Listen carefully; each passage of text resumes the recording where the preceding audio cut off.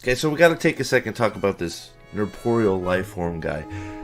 In my life, I have never seen more shit takes ever. The mouth breathing pulled you into a scene. I mean, what is happening with this guy?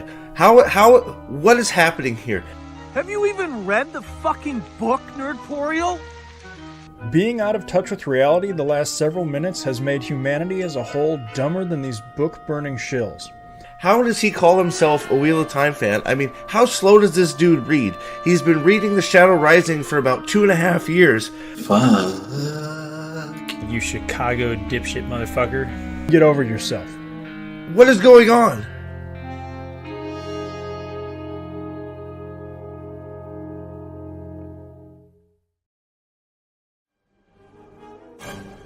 Last time on Revisiting the Wheel of Time. This chapter specifically with the Ruidian visions that I was really excited for you to get to. So, I wish that I had more than I'm drinking some green tea right now because I'm under general order number 1.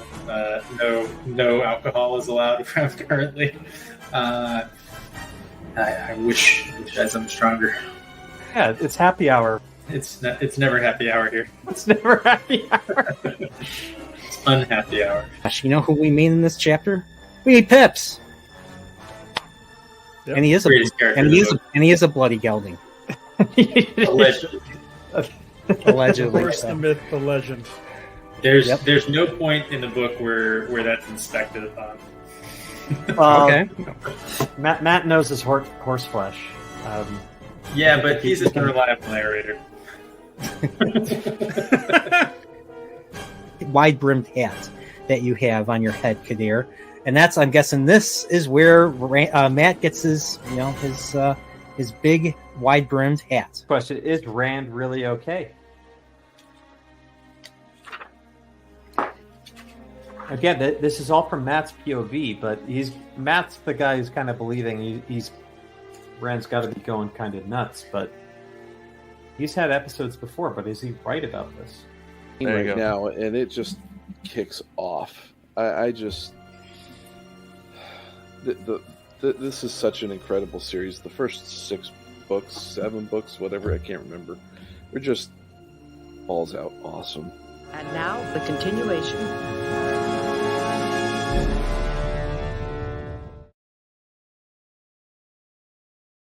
I'm a man of Manethrin, and I approve this message. What are we doing? Like, what is happening?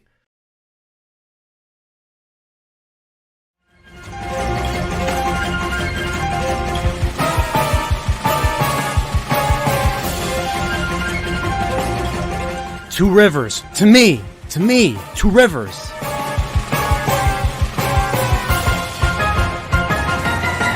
Rally to me. Two rivers.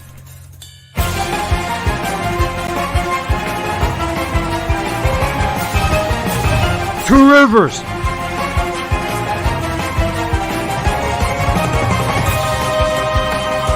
Two rivers.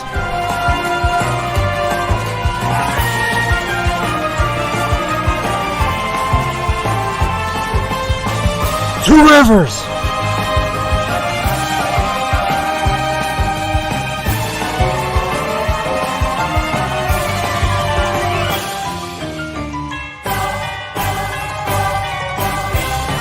Two rivers.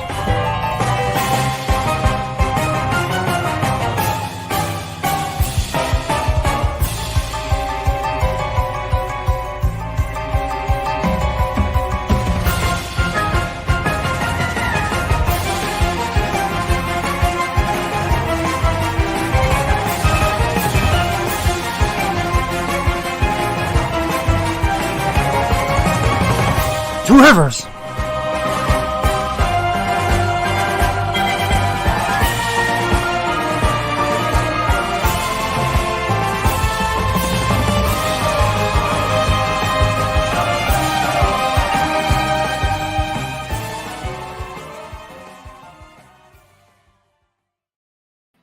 What's up, everybody? Welcome to another Shadow Rising stream, book club, whatever.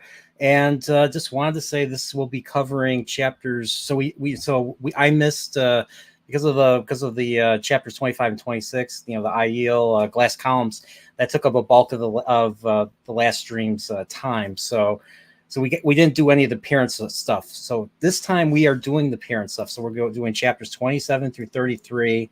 And then 40 through 45, along with some of the Tanchico stuff in between. So there's no Rand stuff tonight. So without further ado, I want to welcome back for the first time in several weeks. I missed him greatly. Nathan, what's up, Nathan? I missed you, man. It's good to be back, brother. How you doing? Man, I'm getting close. We're getting close to the finish line here. So Yeah. So after this, one more stream, and then that's gonna be it. That's gonna be Shadow Rising. So yeah. I do want to talk about the chapters before that, but that'll be during our tutorial this week. So can't wait to talk about that. So yeah, that'll be fun. All right, so you ready to talk about Perrin? Mm-hmm. All right, man. He's the man. He is the character. I gotta ask you: are you drinking anything tonight? I am having some Rittenhouse rye, and then once I'm done with that, I'm going to have the single barrel Rittenhouse rye that just got released in my state. So. So I figured since I'm seeing you drink, I was like, you know what, I might as well do the same thing and start drinking this Angel's Envy rye. So you know, like special times, good desserty finished rye. It's you'll enjoy that. Special occasion. So here we go. So all right, thanks, man. And then without further ado, let's bring back Alex. What's up, Alex? Not much. Good to be back. So are you looking forward to talking parents? Because this is gonna be a lot of parent tonight. Yep, this is one of my favorite sections. There's a lot to get into, but I did want to ask what the hell's going on with the Pittsburgh Pirates hat on your head?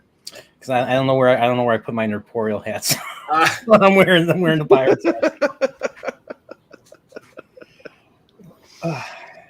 Yeah, I can't find my other Nerporial hat either, so that's why I'm wearing this. So yeah, I'm kind of stuck with this. So does that answer your question? It does. I felt like I woke up in a mirror world. Today, seeing that thing. Maybe I flickered. Maybe I flickered, winked out of existence. I don't know. We'll see. But we got one more guy. My streaming bro, who is the highlight of this intro. What's up? What's up, Steve? You're just gonna milk that forever, yeah? Well, I couldn't think of anything, and I didn't feel like being creative, so I just put you guys roasting me back in. Okay. So. It's all right. It's all good. So here you go. So what's up? Thanks for being here, man. How you doing? Yeah, bro. I'm good. I got to work tonight, but other than that, you know. Oh shit! All right. So no, all it's right. like several hours away. 10 o'clock. So all right. Let's not waste any time. We're good, bro.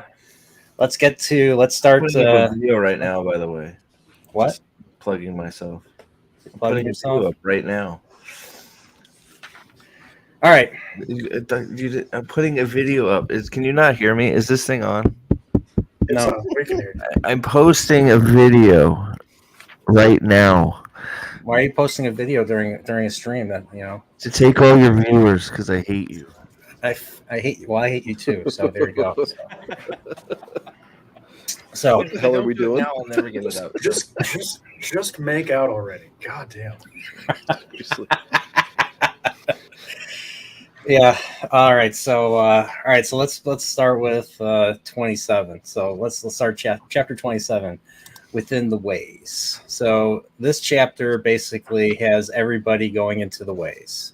So Perrin and Gaul are one group, and then I think Fael and Loyal and Bane and Chiad are in another group, and they're just going through the what do you call it? The ways, and then they get attacked. So there's a nice little Trolloc battle in the dark. So this one felt a little bit more for all the Trolloc attacks. This one, even though the Stone Stance is still the highest staked one, this one felt kind of scary too. Because they couldn't, like I was thinking about, like they can't really see. So these Trollocs are just coming out of the dark and attacking, and then a fade comes and all that. So there were actually some injuries. So I can say that there was some consequences for this. And I liked how Perrin got the so Perrin so they all work together to kill the they all work together to kill Faye. The Aiel got I think Gaul got him with the spear. Bane and Jed uses the arrow, bow and arrows, and then Perrin just went the hammer. So. And then with all that racket, apparently Promotion Shin's coming. They're like, oh shit. So they got to get out of there. And then they get to the exit, and Charlix try to grab them. And Machin Shin does what Machin Shin always does, and then yanks them back in, which was a nice little creepy, thing, even though they're Trollocs. Right, Steve? Don't they matter? Don't they matter now? Trollocs are the most important species on the planet, so we all should care. Yeah, and they need love too. So, so I mean, yeah, this was pretty much just a pretty straightforward chapter. So they get out of so they're out of the ways, and I believe they can lock it from the. So they lock it from the outside, so no one can come in from the inside of the ways out there. But if someone's out there and wants to get in the ways, they can get in, right? Yep. So Yeah. So I know that comes back to bite him in the ass later, especially when Perrin encounters Slayer, I think. So that's ways. That's a few chapters away. So yeah, I mean, this is just so apparently they get out, and then apparently here's the interesting part. So they're out, they're on top of the mountains right now, and then they see like a pair of hawks, and then all of a sudden there's an arrow that goes through them, and they're looking, and all of a sudden there's ravens. There's ravens by, and Perrin cannot sense any wolves whatsoever, which is strange. But then I think, and then like they see they see this arrow being shot. They're like, who shot the arrow? Like, there's nobody up here. So what's up with that? And that's basically the chapter. So that's any comments, anything about this particular chapter? A lot of good foreshadowing, especially towards the end. It's more build up than anything. Yeah.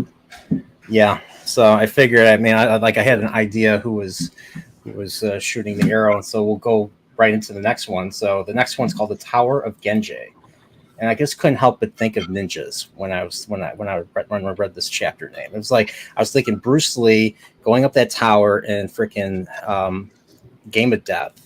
And that's what I was thinking when I'm reading this. I'm reading the title of this chapter right here. So, the Tower of Genji. So apparently, this is a tower that leads to the Eelfin or something, or the Aelfin, one of the two. Mm-hmm. Yep. So now that they've set up camp, right? So they're still by the Waygate. They've set up camp. Perrin basically goes into a wolf dream. So this is a wolf dream chapter. And so there's basically, let me see. It's been weeks since I've read this. I'm looking at the wiki, trying to remember what happened.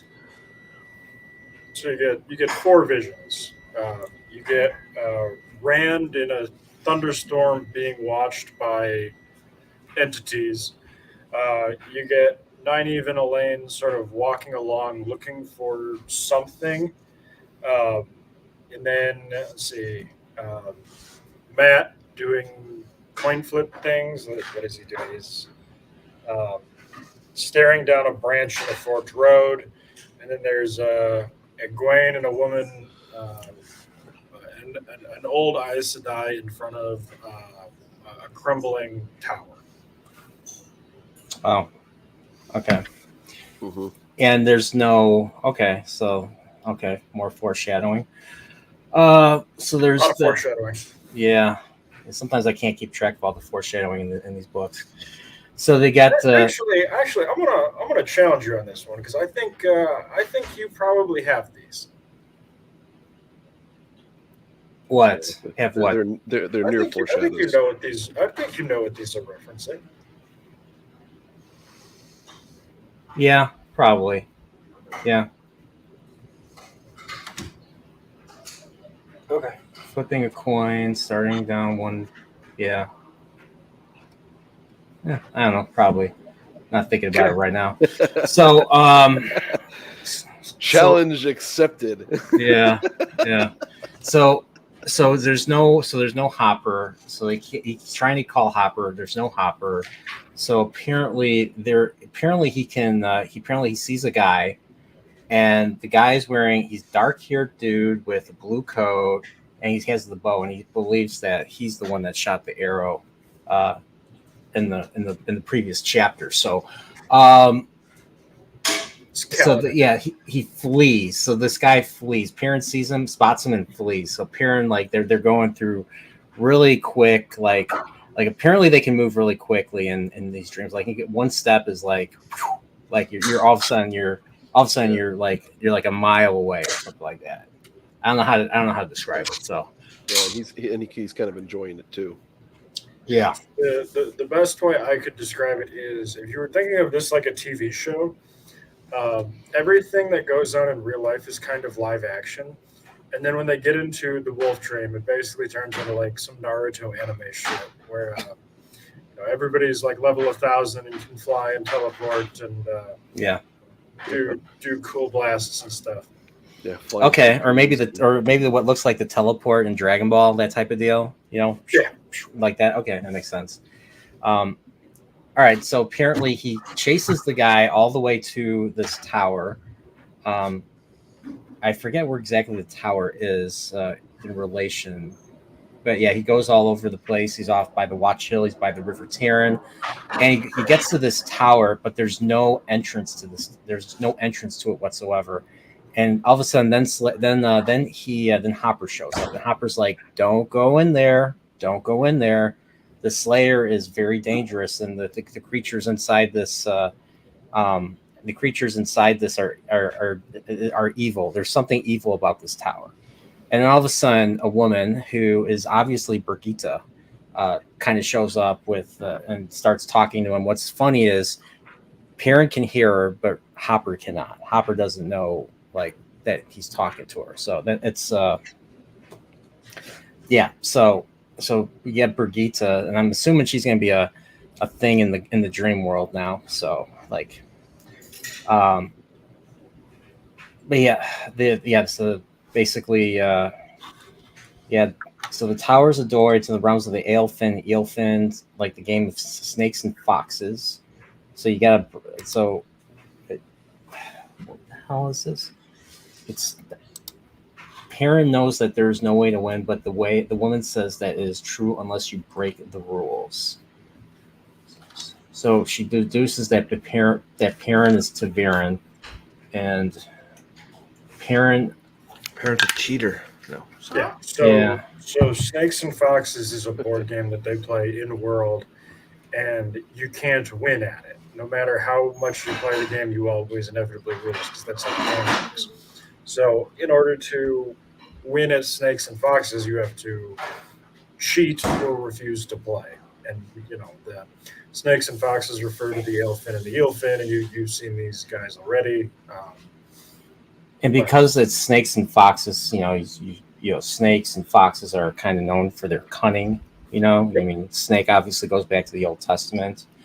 And unfortunately with the fox, I couldn't think of anything older than the gingerbread, than the gingerbread guy.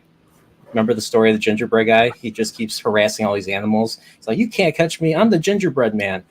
And so nobody can catch him, but the fox tricks him. The fox tricks him and eats him. So that's what I was thinking when I was reading this. I was going to do Aesop's Fables, but Aesop, probably. I don't know. The fox ate the gingerbread man? Yeah, he did. The gingerbread man was being a dick. Yeah. Right. That doesn't give the fox the right, okay? He needed to get a committee together. No, I'm sorry. Moving on. Ceasefire.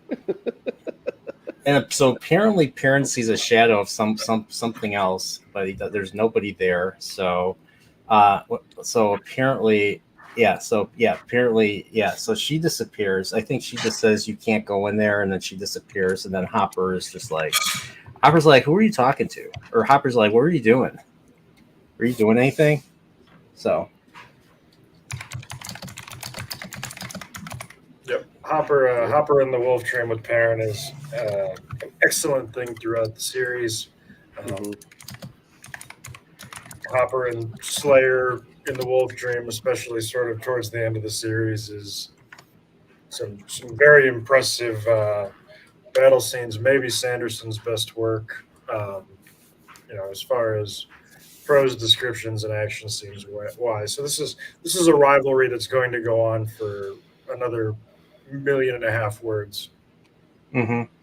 Yeah, they talk about the last hunt. Last hunt's approaching, and then Perrin basically wakes up and says, "Oh shit, this is with what I've learned in this dream. Maybe things are worse.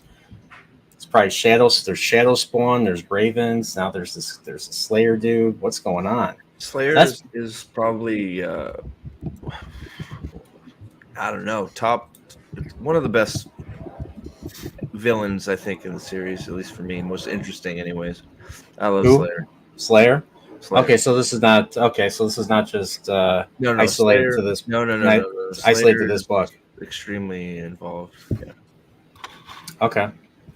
Even if it's just the idea of Slayer, when you start finding out more and more about what the entity, what he is. Yeah. I'm assuming he's just- one of the, like I said last week on with Dane, I'm assuming he's one of the people in the Dark Prophecy. Which Dark Prophecy? That's sort of broad. The game, the Great Hunt, the Blood Calls Blood, Dark Prophecy. Sure, why not? Yeah. Another one? Another what? Prophecy? No. I'm It just seems like this Slayer guy turns up, and then you got this Lord Luke guy turns up, and they're both in the Dark Prophecy. This Lord Luke guy is, yeah. Luke's a Chad. What are you talking about? Mm. Luke is the savior of the Two Rivers. Is he? Yes, 100%. Is he? Not even close. All right. Loved by white cloaks, loves the women. The women love him. Lord Luke for president. I mean, he should be the head of the Two Rivers by now. Things would be better. I mean, come on. Right? I mean, it's almost like he's the Lord Farquaad of. How dare you? How dare you reach Lord Luke, my savior? Isn't that one of the ultimate questions of the books? Would we be better off with the Aes Sedai in charge, or would we be better off with an actual Dark Friend trying to commit evil? Yeah, it's funny because and also, so I've been combing the internet for articles here lately, just trying to get back into things, and I laugh every time that Elida. I'm sorry, Elida. I always want to go back to Elida. I laugh every time she's called a villain because she's not really supposed to be a villain. She's just a fucking idiot. Sorry. I got far enough. I got far enough to see what Eladia does in this book. She's such an idiot. That's just, dude. This is just the tip of the iceberg, bro. I don't want to skip over it, but I'm gonna call her Eladia because she's dumb. Elida is like, she is the MVP of the Dark Friends, and she doesn't even play for that team. Yes, she's hitting home runs for the opposite team, man. Yeah, and that's basically. I'm assuming. So I'm still the assumption that Alviarin is a Dark Friend. She's the queen of her own goals. Elida, yeah, she is the own goal queen, 100%. But Alviarin, why would you say that? I think done that any other sister hasn't done. What has she done that no other sister? What has Alviarin done to make you think she's a Dark Friend and not just some stupid Aes Sedai like the rest of them? She's usually white Aja don't usually care about the what do you call it, the affairs of others. They're in their own like little thing, and she takes interest right away in what Elida wants, and that basically is very telling. It's a very telling thing. Has Elida used her compulsion yet? Oh wait, my bad. Yeah. Yeah, she's like I'm going to take every last scrap from you, Swan. Every last scrap. That non-black guy compulsion. It's like, oh, sorry, my bad. She's a I good keep guy, forgetting though, it's called guys. compulsion. I keep calling it mind trick. It's like using a curse in Harry Potter. I would assume it's like, nah, it's okay. I used it for good. All I right. mean, you joke about that. I mean, isn't Delilah just Dolores Umbridge on crack? Yeah, Like, but yeah, Slayer, very good. Sorry, Yeah. I derailed this. That's what I'm here for. Yeah, Somebody so just give me a- I'm still curious because I was hoping I got a little bit of an additional scrap of Slayer in one of the chapters, one of the later chapters. So we'll see. I feel like there's not enough Slayer, but I feel like that for several. Like, I think some of the villains don't get enough, as much time as I wish they would have. But I've noticed Slayer's that good. too. Yeah, Slayer's good. I enjoy him. About you, Nathan? Anything to add? No, it's like you're just starting to kind of it's this is a lot of setup for Perrin to really start taking charge, which does in these next few chapters because he gets all this knowledge about what's going on, Well, and can all the I? stuff that he's built up in the past few books has just been like, okay, listen, you all need to just start thinking for yourselves and act No, like Two Rivers people. it's been a while since I've read it, but do you? I feel like I remember feeling like a lot of Perrin's actions come from him being pissed off that Lord Luke is getting so much attention.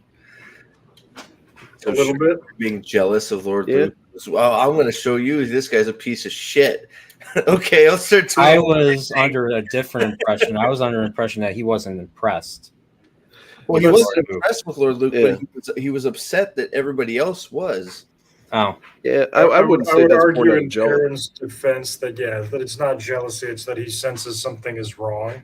Okay. yeah, that's what I'm getting at too. Well, all That's you what I was Perrin thinking. likers are in denial. He was just a jealous little farm boy. Fuck that. You have no idea what you're talking about. Okay.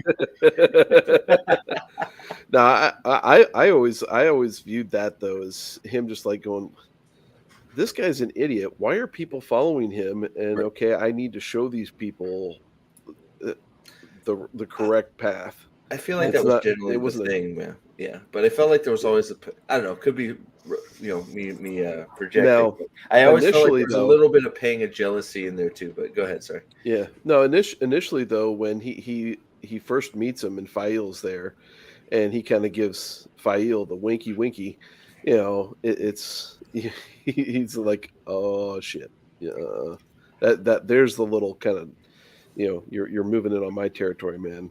It's like you can do all the rest of the Two Rivers. Leave her alone. hmm You can have your own little harem. Sorry. I don't think I got that far. No, I'm kidding. Oh yeah, you did. Wait, right? No, yeah, no. When he's like. Oh, but doesn't she like? She's like, get away. Now Yes. I don't hold on. I don't want to. So doesn't Luke do that specifically because he knows something else about a certain, like he has. I took most of Luke's actions in the Two Rivers to be directly related to wanting to get a rise out of a certain individual. I don't want to mess it up for Corporeal, so I'm trying to be a little bit aloof. But his whole reason for even being here was Perrin. Mhm. Yes, no. I would argue his whole reason for being there is Rand. That his basically his goal is to make things in the Two Rivers bad enough that Rand shows up, but not so bad as to just level it so that there's no reason for Rand to be there. So he's trying to leave the Two Rivers in a state desperate enough that he wants Rand to come rescue it. And he's sort of like confused and off put when Perrin shows up. It's like I was waiting for the guy in charge, not his underling, to show up. Yeah. Fair enough. So, all right. So that's pretty much chapter 20. Now we're in the meat of, well, I don't know if this is the meat, but this is really where it's really starts to kick in. So we're on chapter 29 now, Homecoming. And before I even say, I want to say hello to, we got Luis Expiro here. We got Vic. What's up, Vic? How you doing? Vic Railhead. Whoa. And we got I Am Vendel. What's up, gentlemen? So says I Luke hope- wasn't there to cause chaos in the 2R. I'm hoping some people. I put a notice up in my community tab, so I hope some people venture over from that. So try and get some more bodies in here. We got a lot to talk about. Yeah, we do. So now we've got to the homecoming, and so we find out that so apparently they're walking. They're basically making their way to Emmons Field, and they find the first stop is the Al Thor house, and the Al Thor house is burned. Has been burned down, and nobody's there. They're like, oh shit, is Tam all right? Well, he's not there. There's no body there, so Tam is not there. So he's somewhere. So Oh, Vendel, you are correct. I did not realize that. That is a good call out. what? Keep reading. Okay. So apparently Did I miss something? Luke's reason for being in the Two Rivers. Right. He didn't specify in the chat. I think it was a private message to. No. I see. I am Vendel. I'm trying. I've obviously forgot something. Sorry.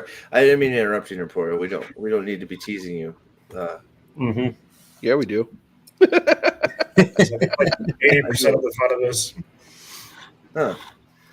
Sorry. Anyway, chapter 30. Chapter 30. Or no, chapter 29. Yeah, chapter 29. So they get back. So they're basically making their way back. So the Al Thor farm has been burned. They don't know where Tam is. They get back to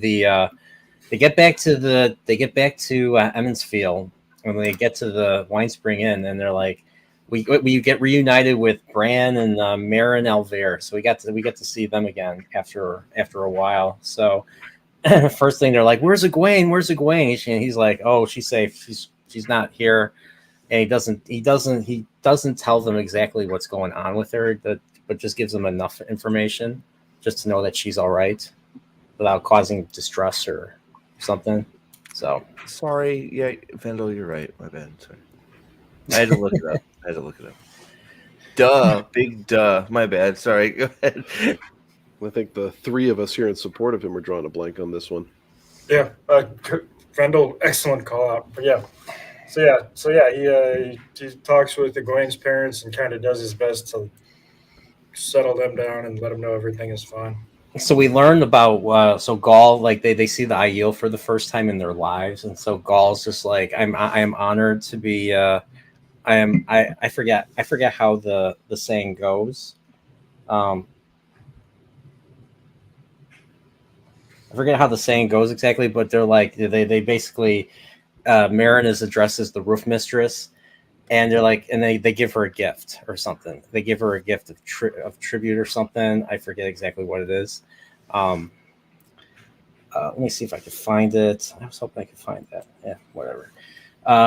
But yeah, so that's the Aiel custom. They actually what's her name? Avienda argues about it with Rand in the last chapter. And in the last chapter I was reading, so which is not part of this block. But hey, I don't know. Aiel customs are weird. I don't know. Which is much of the humor in this chapter is watching two very alien cultures interact for the first time with very little frame of reference for what the hell the other one is talking about. Yeah. So Isolated in different parts of the world too, which is like right. So yeah, would be an interesting concept to look at in another media. But sorry. Go ahead. Sorry. all right. It's may you always have water and shade. Wait. How's And a fresh toilet bowl of water. So she says, "Be welcome to Emmons Field, Master Gaul, and to the Wine Spring Inn. May you always have water and shade, roof mistress. I ask leave to defend your roof and hold." And she's like, "A gracious offer, but you must allow me to decide when it is needed. As you say, roof mistress, your honor is mine." And then he takes a gold salt cellar and it takes it out. And I think it was part of the fifth that they took from Tyr or something like that. And she's like, "I offer this small guest gift to your roof," and all that. So I thought that was a cool little part of this chapter right here. So I wanted to read that. So apparently the White Cloaks are basically coming in and harassing the people in Emmons Field. Like I think they came in, they were accusing Bran of heresy because of the books he has, So that type of that's going on, and Doing white cloak things, right? I mean, and they're all they're camped out at Watch Hill, and apparently, according to this, there've been Trolloc attacks, and the White Cloaks have been the ones basically keeping them at bay. So yeah, hiding sort of the hypocrisy of if they're there hunting shadow spawn in a place, why do Trollocs keep attacking them? Well, the White Cloaks do a good job of convincing themselves that they're not attacking them; they're just there because that's why the shadow spawn are there, right? So shadow spawn are hanging out around shadow spawn or around dark friends, right? So that's it's not that they're being attacked; they're just they're evil, yeah, or murderers. Mm-hmm. Wrong program. So, okay. Sorry. Sorry. And so apparently, I'm trying to remember what else happens. So we learn about Perrin. So we don't meet his family. We learn about Perrin's family because I think he tells Fael or something while during the journey. Like he has a couple younger sisters, a little brother, two mom and dad, great aunts. A whole family that live not too far. Well, they live kind of far away I don't know where the Abaras are, but we find out they're dead. We find out that they're all dead.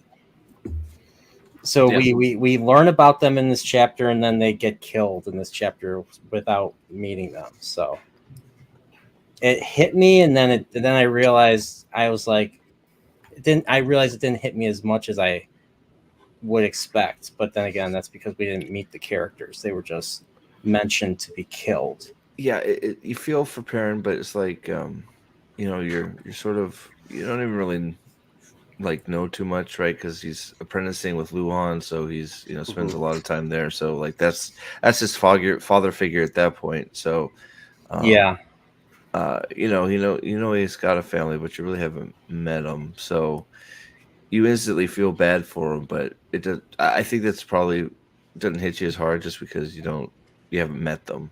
Yeah, I mean, Jordan tried, by basically bringing them up, and obviously bringing up the fact that he didn't send any letters. So the one thing that they say is that Egwene was sending letters to her parents, and he realizes he didn't do that. He didn't send any to his. So by the time he gets back and they tell him right away. They're like they tell him to leave. They don't even want to bring this up. They don't even want to tell him that his family's dead. So I mean that was pretty heavy. And then just the way the chapter ended, was the one time I was like, okay, Fael, for once you're not annoying me. For once you're doing something right. Yeah. Yeah, she's just like he doesn't know how to take it, and then she's just like, it's okay, you can cry, you can mourn, we have time, mourn, do it now, and everything, and then that's basically how the chapter ends. So yep.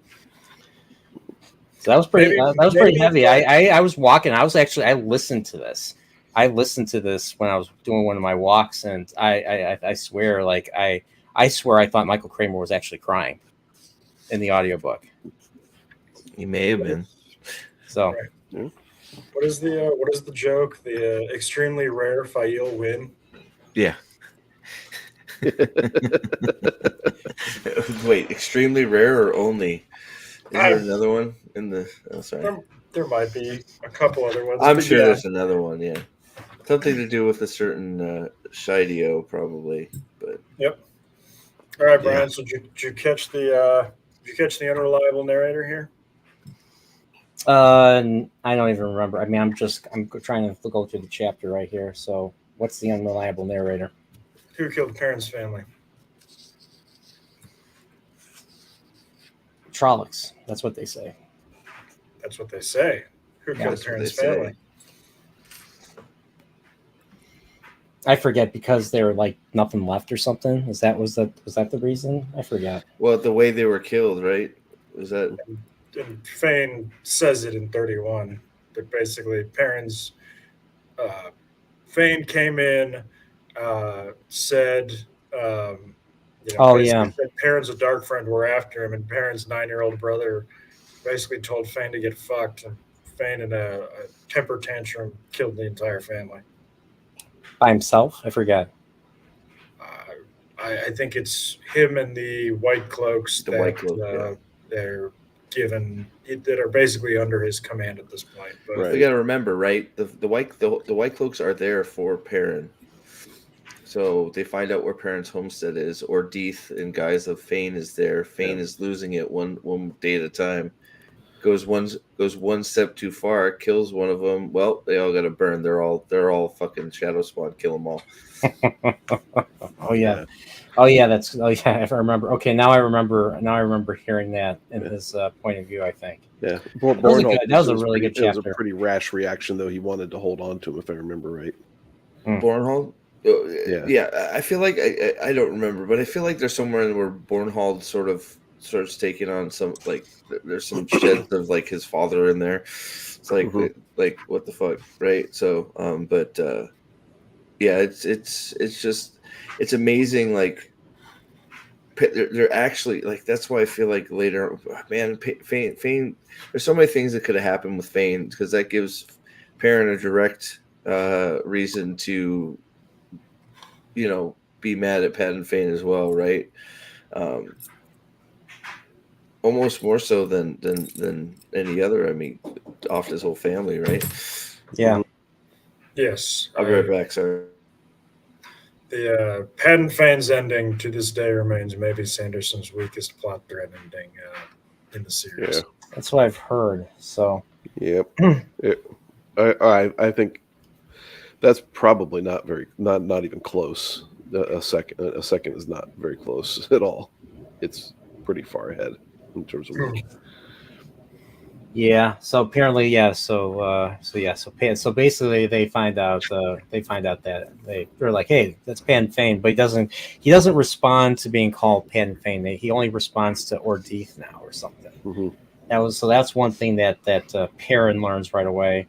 Yeah, and they say the Trollocs killed him, and then apparently the other big thing that we learn is that Matt's family, so Abel, Cawthon, and Tamal Thor are missing. They're in hiding. They're in hiding, and then Hero Luhan and his wife and I think the two Cawthon daughters or something, and the mother, I think, are hostages. They're captives of the White Cloaks. So the big payoff for this string of chapters is Perrin leading the rescue of them. So and then they bring up this Lord Luke. They bring up this Lord Luke, and he's like, "Who is this Lord Luke?" And he's like, "Oh, he's a hunter of the Horn, and he's just basically he's organizing, to fight the Trollocs and all that, and whatever." And yeah, that's basically the chapter. Perrin cries, mourns, and that's it. Yep. Perrin, you get one. then we're done with that. We're on to the next thing. Your father is dead. Your sisters is dead. Your mother is dead, and your brother, your family is dead. And you cannot change it. Certainly not by dying yourself. Let yourself grieve. Don't hold it inside where it can fester. Yeah, and he's just like, I couldn't get here any faster. I couldn't. I know. Yeah. So yeah. She gets yeah. So yeah, a heavy chapter. I'm sorry. I'm sorry. It's been a while. It's been a while since I've read this. I'm drawing blanks on what's going on here. Well, yeah. The big thing in this one is the dumbass warders get seen, which opens up kind of the next sequence of events where Team Two Rivers is assembled. Because everybody was trying to keep all the information compartmentalized, but then the silos collapse, and we finally get the team together. What silos? Well, the women, the metaphorical silos, where the women's circle is trying to keep Perrin and the Aiel separate from the Aes Sedai and the Warders, because they don't want they don't want anybody finding out that the Aes Sedai and the Warders are there. Yeah. Oh yeah. Yeah, I'm still like I like the excuse that was given. So Varen and Alana are the two Aes Sedai that are there, and the two warders that are there is Yvonne, the one that fell in love with an Aes Sedai, that Yvonne, and Tomas, the one that tells Lan to shut up and listen. I think that Tomas. Am I right from the show? Oh. Mm-hmm. This is terrible. So I think, but this next chapter, like they're still in the two river. They're still in the not two rivers. They're still in Emmons Field, and I think the big thing is that Loyal makes an appearance, and they meet Loyal, or Marin meets Loyal for the first time, and that was like a big deal, and then they're basically trying to come up with a plan to find Tam and Abel, and basically figure out how to get rid of the Trollocs that are hanging out. So apparently nobody goes out by themselves now. Everybody is just I think at this point a lot of the farms are still how would you call it? A lot of the farms are still being occupied. Like they didn't actively start evacuating them yet. I don't think they do that until I think a few chapters from now. Yep. Which I thought was pretty interesting. So here we meet guess who else? You know what the highlight of this chapter was for me? Sen Bui being Sen Bui. Sen Bui just Right. Sen Bui just like, you are a dark friend. They want you dark friend, you rapscallion, you. And Well, I love every time he does that. He gets put right back in his place, and he kind of just sheepishly recants everything. It's like, well. And I like how like they talk about like I forget who the new wisdom is, but she's like bigger. She's bigger than half the men. So like she forces them to take like this medication if they're like this disgusting medication if they're misbehaving or something. So yeah. So yeah, they accidentally bump into him. And they're like, your roofing, your thatching really sucks. By the way, like there's been complaints about your work. He's like, oh really? So, but yeah, so apparently only the women's circle know about So they get to what was it, the sick house, and that's where they're the Aes Sedai, and the warders are hanging out and all that. So, yeah, and they're just like, hey, why are you here? Or like, they're just like, why are you here? And they're like, oh, it's because we need, we found women from, man, there's a glitch. I don't know what's going on here with this StreamYards. I think it's my camera, to be honest. So apparently that they're here, and this goes on into chapter 31. Apparently it's because they're looking for additional girls to be Aes Sedai or something. Mm-hmm. Yep. It's all a result of Eggy and Nynaeve being as powerful as they are. They're like, oh, wait a minute. If this is the case, there's got to be more. And we're already thin enough as it is. Oh, I hate you, I am Vendel. That's just wrong. In this house we support Fael. I will say, like, I do find Fael annoying. I don't find her nearly as bad as what a lot of people feel about her. But there are parts where she is just unbearable. But she's far from the worst female character in this series. Oh, yeah. Yeah, so it's just like sometimes I'm curious if I can even get through like just like the interactions. Just it's getting. I'm gonna be honest. I'm getting kind of annoyed now with all the male female bickering and those type of interactions. They're just getting old at this point. So, So They do get I've fun. been finding. I mean, they're funny at first, but I'm getting tired of them. I'm just getting bored with them. Fair enough. Yeah, I mean, I can't argue with that. It's I think it's kind of a general result of this is what happens when when you have kind of things flipped on their head for so long in terms of how things are run, and you just kind of see this cattiness come up all the time. Yeah. So I think this is chapter 31 now. Sorry. Oh, what's up, Dempsey? So, all right. So going back to apparently I'm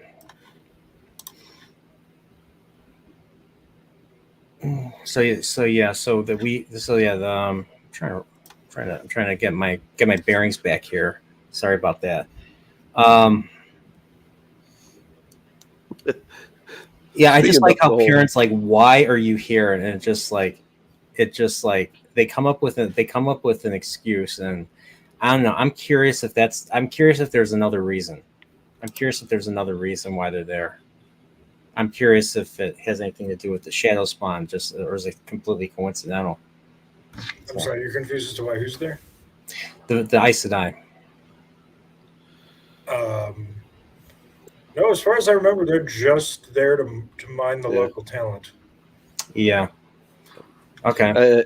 and a lot, and or not Alana, but Varen's also there from a point of view of like, hey, is there a reason? What is there a reason why such power is present in this area that we can't find anywhere else?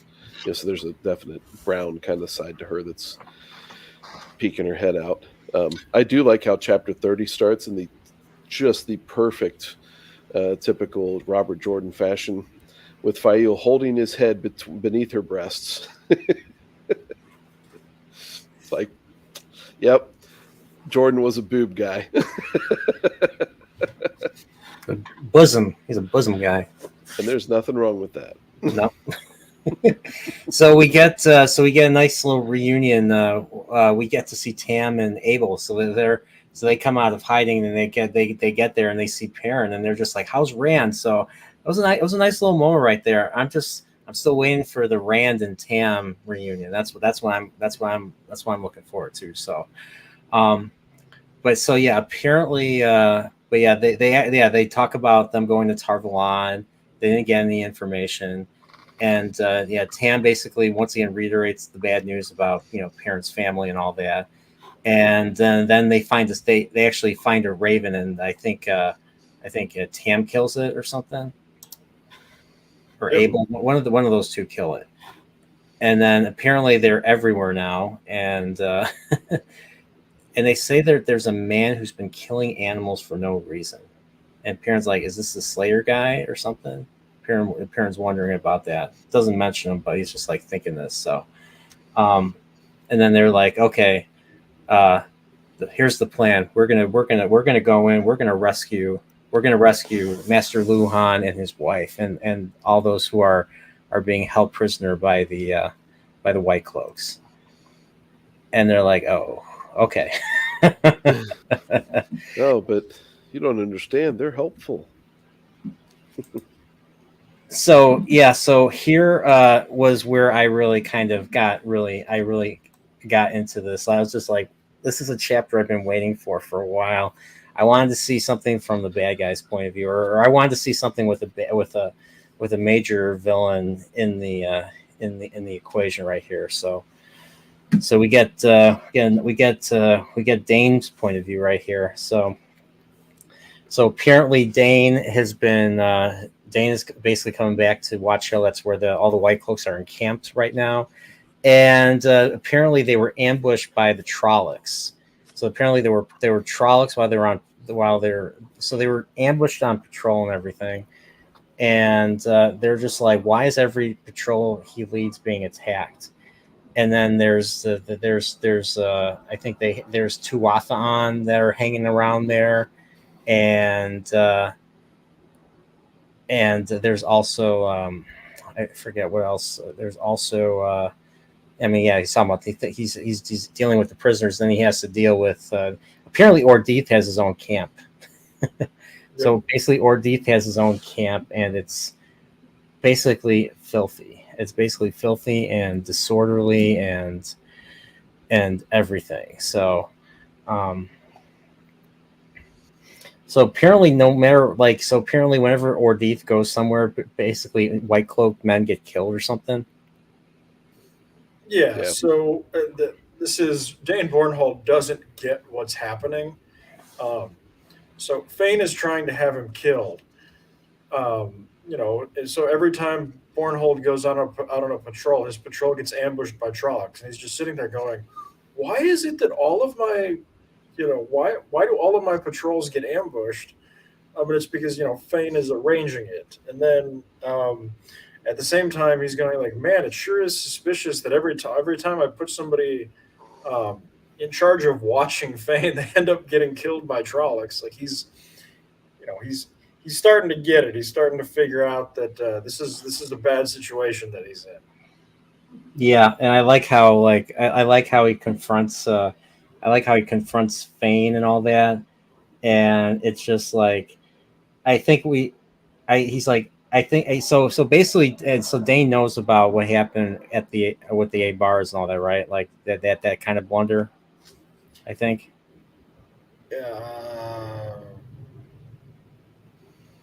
Yeah, so I guess he knows about it, and they had to cover it up and make it look like it was Trollocs, because if it had come out that they had killed them, um, they would have big trouble with the locals. And in addition, um, Fane is continuing to lose his shit and is just like, well, if we start killing the children, eventually Rand is going to have to show up.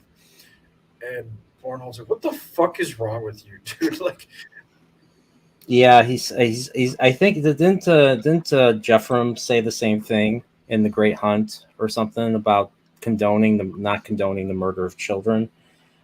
And he's like, what is it do you need what he's like, do you hear me? What is it you do that you need to hide from the children? And then he's like, do you doubt the shadow will do whatever is needed to stop me? What? Do you doubt it? You saw the gray man. So yeah, so so yeah, it seems like there's a little so yeah, he talks about the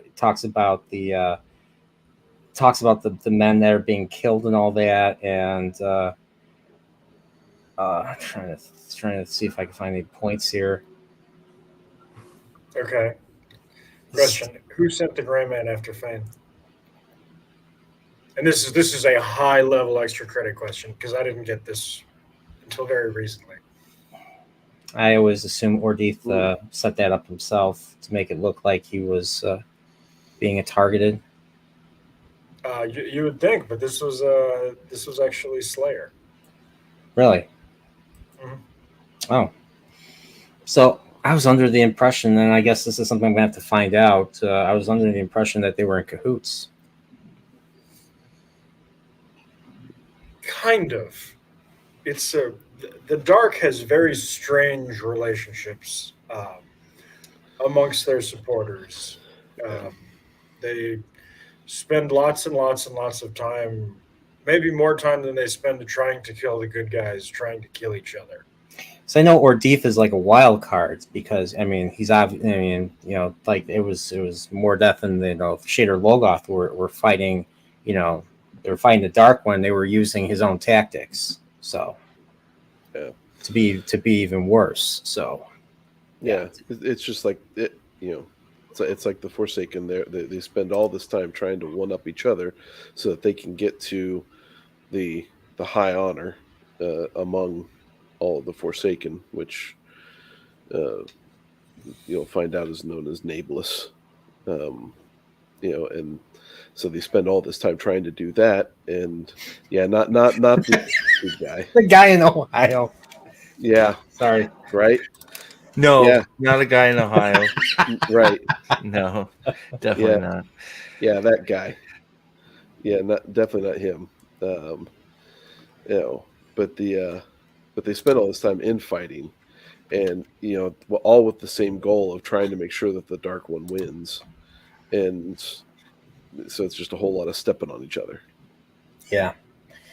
Yeah, so he's just like he gets so Dane dismisses Ord. He's like, get out of my sight, and he takes out the brandy and he just starts drinking. So I'm going to start drinking too. So here we go. Except he was drinking brandy. So we get a nice little bonus right here. We get a Pat and Fane point of view right here. So we find out more about him killing the Abaras and all that. And he's just he's like thinking, I have to eliminate Bornhold. That way I can control Child Buyer and all that. And he's just like, I just like how he's barely Pat and Fane or something. Like Pat and Fane is more or less gone at this point. He's more Mordeth than Pat and Fane. And I cannot be killed now. So I'm curious why he believes that. So I haven't really seen much to show that. I'm curious if we do see something that kind of justifies why he feels that way. Well, if you can kill Fades and get Mockin' Shin to shit its pants, what would you think? True. I think I'd be pretty untouchable. Yeah. Well, Andy's insane. Yes. Yeah. There's that too. It's not a man burdened by okay. preservation. All right, so I did look up something this week, because I was just like, why did Pat and Fane in the Great Hunt, keep saying I want you to be in, where the war is never over, Althor, we'll meet on Toman Head and all that. So I was looking up to see if Robert Jordan said anything about that or addressed that. So apparently, reason why Pat and Fane the reason why there was no Pat and Fane thing in the Great Hunt was because Pat and Fane was counting on having the Sean Chan as like him using his like manipulation or his or something to manipulate them, and I think it failed when he couldn't really do that to High Lord Turok, I think, and that's kind of why that kind of fell apart. I'm curious what you guys think of that. So basically, the Great Hunt Fane is basically Fane at his nuttiest. So he's fucked up at Rand because the programming that the Dark One hit him with is still in effect. So it's driving him nuts. His desire to pursue Rand, but the Mashin Shin influence on him hates the Dark One, so he also hates the Dark One. So he has the Randland equivalent of a nuclear bomb. He hates both superpowers, so he decides his best bet is to take it to the Shanshan, who will, he hopes, give him an army and assist him in taking out Rand in exchange for the Horn. And I think the assumption is that, again, his influence is not immediate. It takes time to sort of corrupt and turn people. So I don't think it's that it didn't work with Turok. I don't think he had enough time to really twist him all the way. Does that sequence of events make sense? It does. I mean, I know that there's like a big, I think they were 3 months in the Flicker, because I believe it was 3. They didn't arrive until 3 months after Fane got to Toman Head, right? Yep, but I think part of it is he needs to be near the person he's trying to influence. Yeah. Turok didn't have a lot of time for him, and it was just basically like, okay, would somebody get the fucking whack job out of my fucking throne room? I'm trying to execute an invasion here. What is that? That's some static. Huh? Nathan, your phone near the mic again, bro? Apparently it was close enough. Good freaking grief. There, Okay, is that well, better? All right, well, that kind of answers the question then. And Well, there is a strength of the will involved too. Turok is no pushover. He's intellectual. He's pew pew Yep. pew pew You pew know. pew Until pew pew. until he matches up against those Mario fireballs. Yeah, that's true. That's true. True that. Oh my god, Touche. that I think that angered me.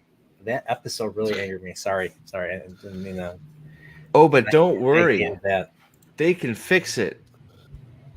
That's gonna come. Don't worry. I'll have another video coming out soon about that. Don't worry. They can fix it. They missed an epic fight scene. Don't worry. They can fix it in season 3. Spoken like a true college chick on a dating scene. Oh my god. Have you ever heard like when these solutions are given to you and you're like, no, that is worse than you're creating an even worse problem. What are you doing? Stop. Sorry, go ahead. So apparently the one thing that so he apparently has a fade. He has a fade in shackles or something. He's holding a fade hostage in his sex dungeon, yeah. In his sex dungeon. And he's just like, he's like, you know what? He's like, have you thought over my proposal? Accept and you walk free. Refuse. I know how to hurt your sort. I can make you scream through endless dying, forever screaming. Jesus. And then the Murtrol's like, very well, I accept. Release me. He's like, first the matter of, shall we say, agreements and accord. And then they're like, oh, and the Murtrol's like, oh shit. So I'm curious where this is going. I'm curious where this is going.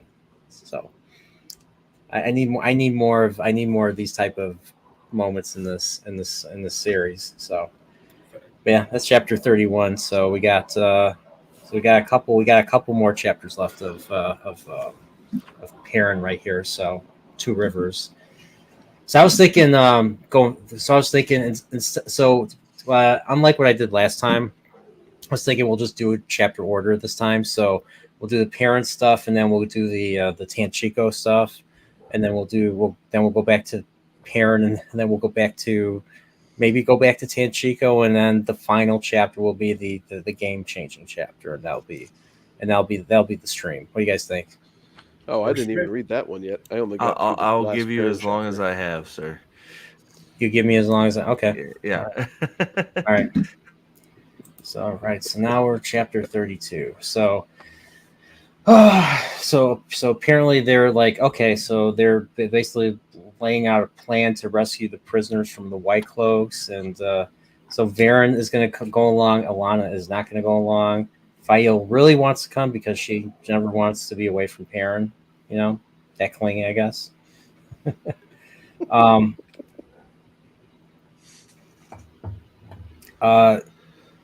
There's a lot of stuff that I don't think is important to talk about. Let me see.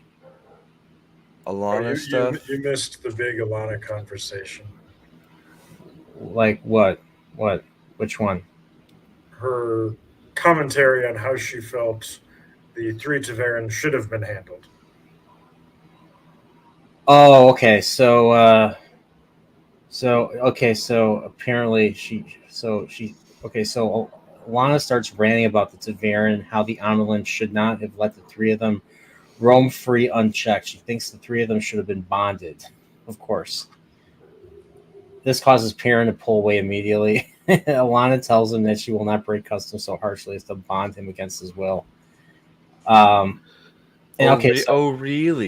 bitch? Yeah. And then, of course, she's the one that I think heals him from the minor wounds that they have and all that. And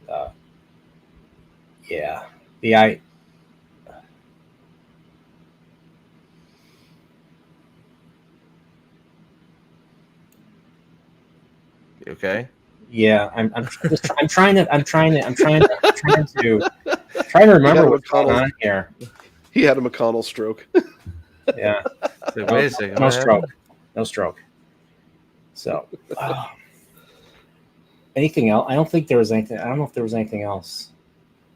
No, I mean, chapter 32 is, them heading out. They get to the Elsine farm, and he notices, like, that there's just a whole bunch of people there that wouldn't normally be there. The Lewins, the Elsine cousins or whatever. Um, and, Fail starts making eyes at Will Elsine. Perrin flexes on him, and he backs off. And then we hear that Lord Luke is coming. Let's see what else happens in this one. This is just kind of the big thing about this one is it's the setup for Perrin sees that there's a whole bunch of able-bodied men who would otherwise be fighting, spread out on all these farmsteads. So he as part of his sort of taking up command of the military of the Two Rivers, one of the things he has to do is get everybody over to, to the village green so that they can form up a fighting force. And this is sort of the beginning of that sort of sequence of actions and observations. Yeah, I remember. There's the heroes as Perrin calls these young men who are super eager to fight and all that. So,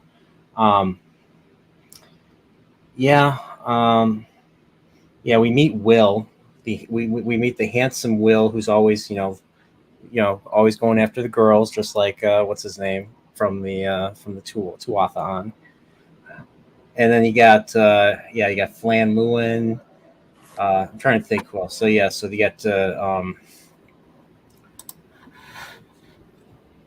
I just don't remember anything. There's just a bunch of dudes. Like, I mean, it's none of them really are matter or are distinguishable from anyone else. It's just there's when you do this kind of fighting in this kind of community in this kind of time period, one of the number one things you have to do is round everybody up. And like you even see it in Lord of the Rings, where Gandalf says, look for me, look to the east on the fifth day, because he was going around rounding up everybody who was going to fight in these wars. I mean, it's kind of one of the things that the king is responsible for doing. Before you go fight a big battle. Yeah, so it seems like here he's basically recruiting, and they're telling everybody I think he's telling everybody to get to the Two Rivers or something. So whoever doesn't go with them has to basically relocate to the Two Rivers so that you'll be safe. Because I think the one thing I do remember is that they had children watching from the roof. Yep. And he's like, the Trollocs will be on them. That's a stupid idea. That's a very stupid idea. So, but yeah. So apparently, so they're just I think they're just basically, they're just like, they're just there. And then all of a sudden, this Lord Luke guy shows up. I don't know if there's any other points I want to make, or that points that need to be talked about before. Getting to Lord Luke and all this. So like, I don't know, just like the fact that I can't even really think of anything to talk about just tells me that there's not much going on in these chapters. Like, it's just.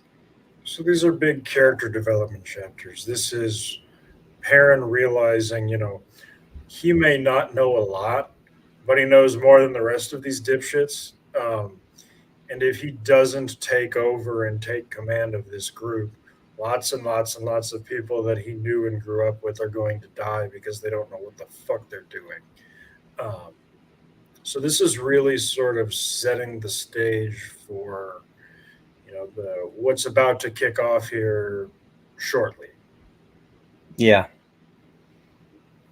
This is one of those things that Robert Jordan did, and a lot of modern authors don't.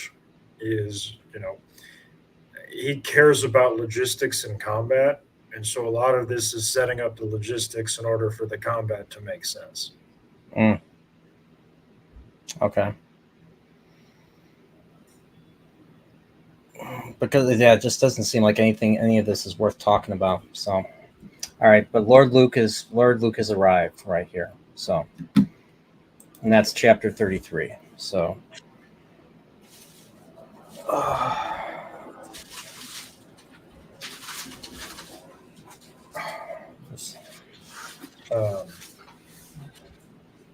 Yeah, that's basically what these two chapters are. so Lord Luke comes in, and we already talked about this. Perrin doesn't like him, obviously. I forget it's was it because of bad advice or something that he's been giving him? I forget exactly what it is. So Perrin sort of gets that it's because Lord Luke is basically telling them to depend on the White Cloaks. And Perrin's like, "What the fuck are you talking about? That's a terrible fucking idea." Yeah. And it makes him suspicious of him. He's just suspicious in a bunch of ways. His wolf senses are twigging out. He just sort of generally gets the impression that his instincts are telling him that Lord Luke is a bad dude who shouldn't be trusted. Yeah.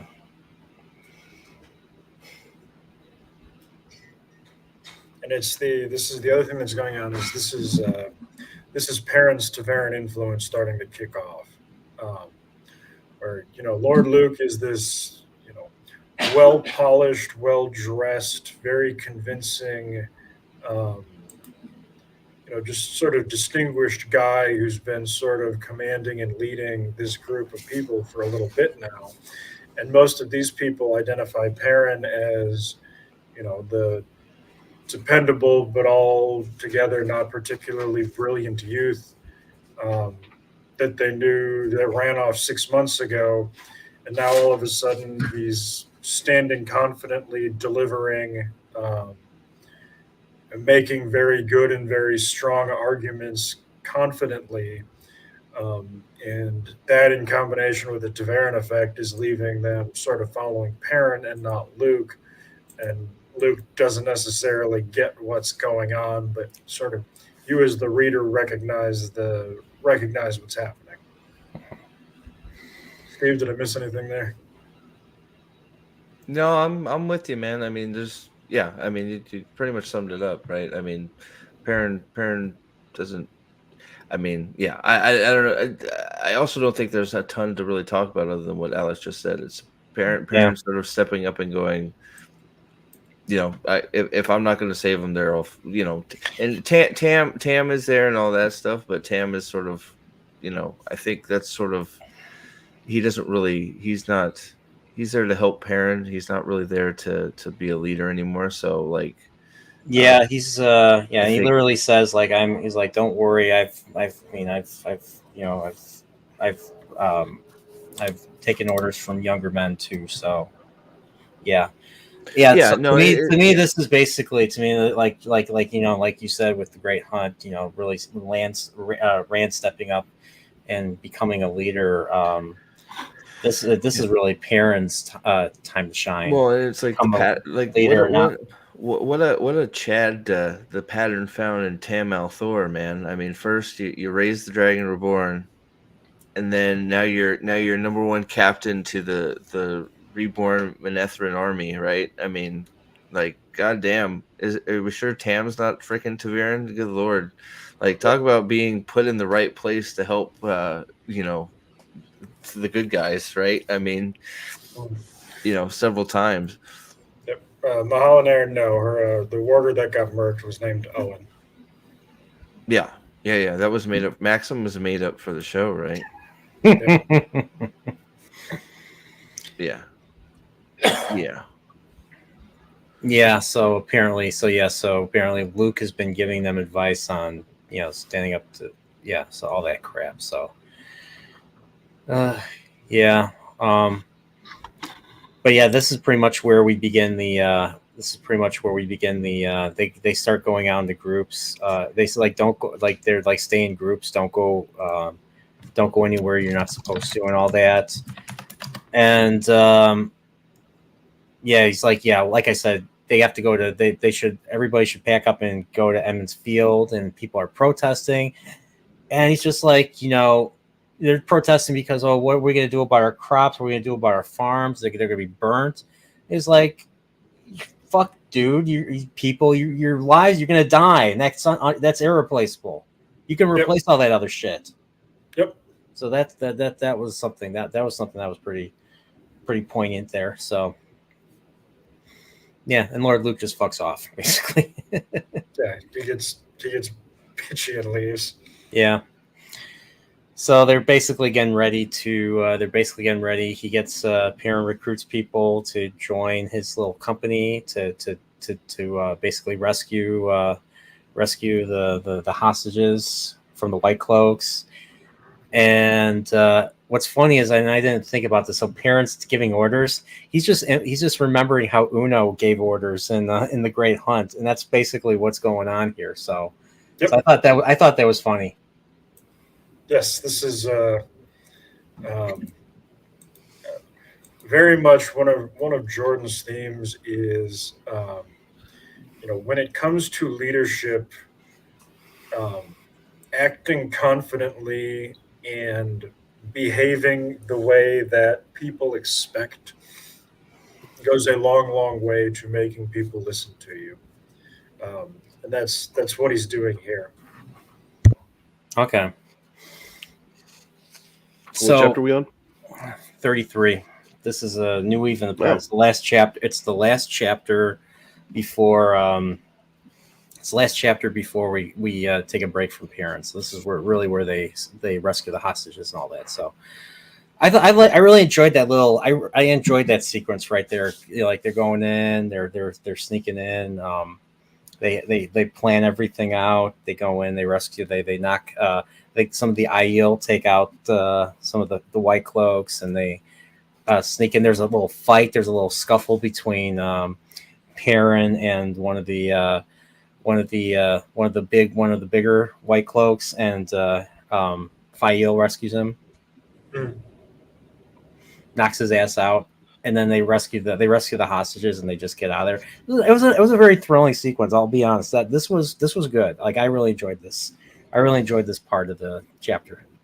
Yeah, rescue sequences. I think this should have happened I think this should have happened in the middle, and then had an even better payoff after several chapters. But that's just me. Yeah, rescue sequences with the White Cloaks involving Perrin so far, 2 for 2. Yep. So this is also where we get Perrin's let's hunt some Trollocs. Yeah, pretty much. Yeah. I forget what exactly does he say. It's just like we're hunting Trollocs. Yeah, it should be the very end of the chapter if I remember correctly. Yeah, and I remember like Varen. I think Varen promises like some support, so she's like, "Oh, it's going to rain in maybe 30 minutes." Yeah, he just says we hunt Trollocs. Yeah. So it's like, yeah, that's a Will saying, "What do we do now? What do we do next? We hunt Trollocs." So that was pretty fun. So like all the hostages and Tam and everybody else are he orders them to go back to the Emmons Field, whereas Perrin and the men, I think Varen, I don't remember if Varen stays with them. Varen and Tomas stay with them, and then they ride off to hunt Trollocs and all that. So.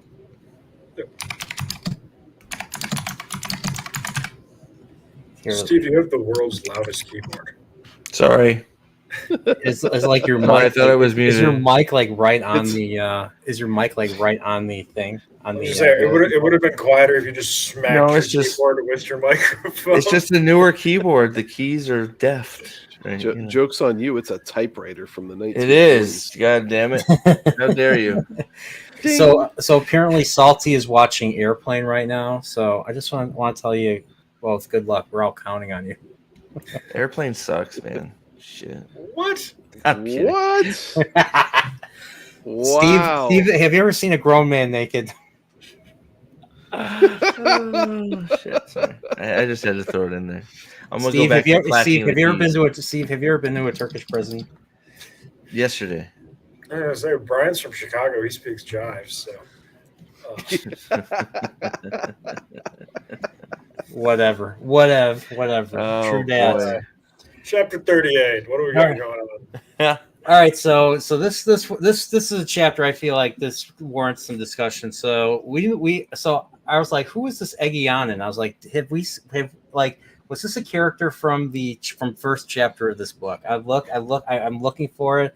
No, she wasn't in this chapter. And then I realized much later, oh wait a minute, like she knows. So first I find out she knows Baal Doman later, and then I'm just like, and then I think it was at the end of that chapter where we find out, wait a minute, that was her. That was her on the ship. That was her in the Great Hunt when in the Shan Chan chapter where they introduced the Shan Chan.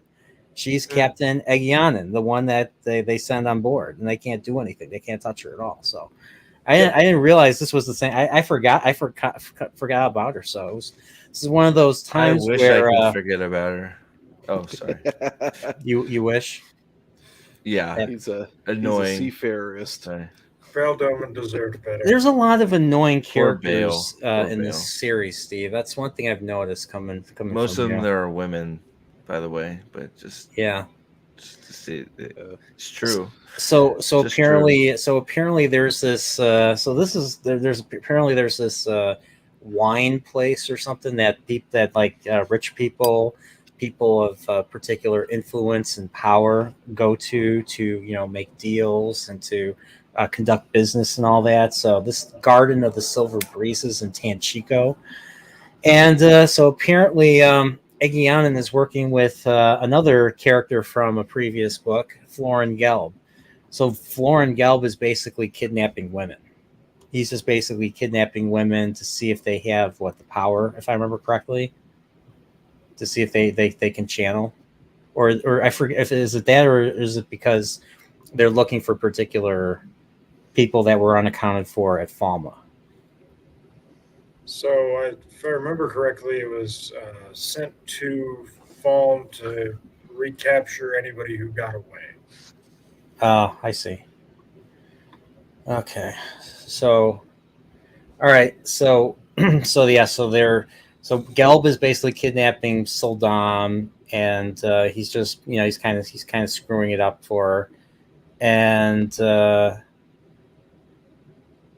so apparently so he's being well paid. I'm guessing he's being well paid for, and he just wants to keep kidding. He's a piece of shit. This guy's a piece of shit. He just wants to keep kidnapping. He just wants to keep kidnapping women. He enjoys it too much. Trying to remember what else was true to form. He was a piece of shit in the first book. He's a piece of shit now.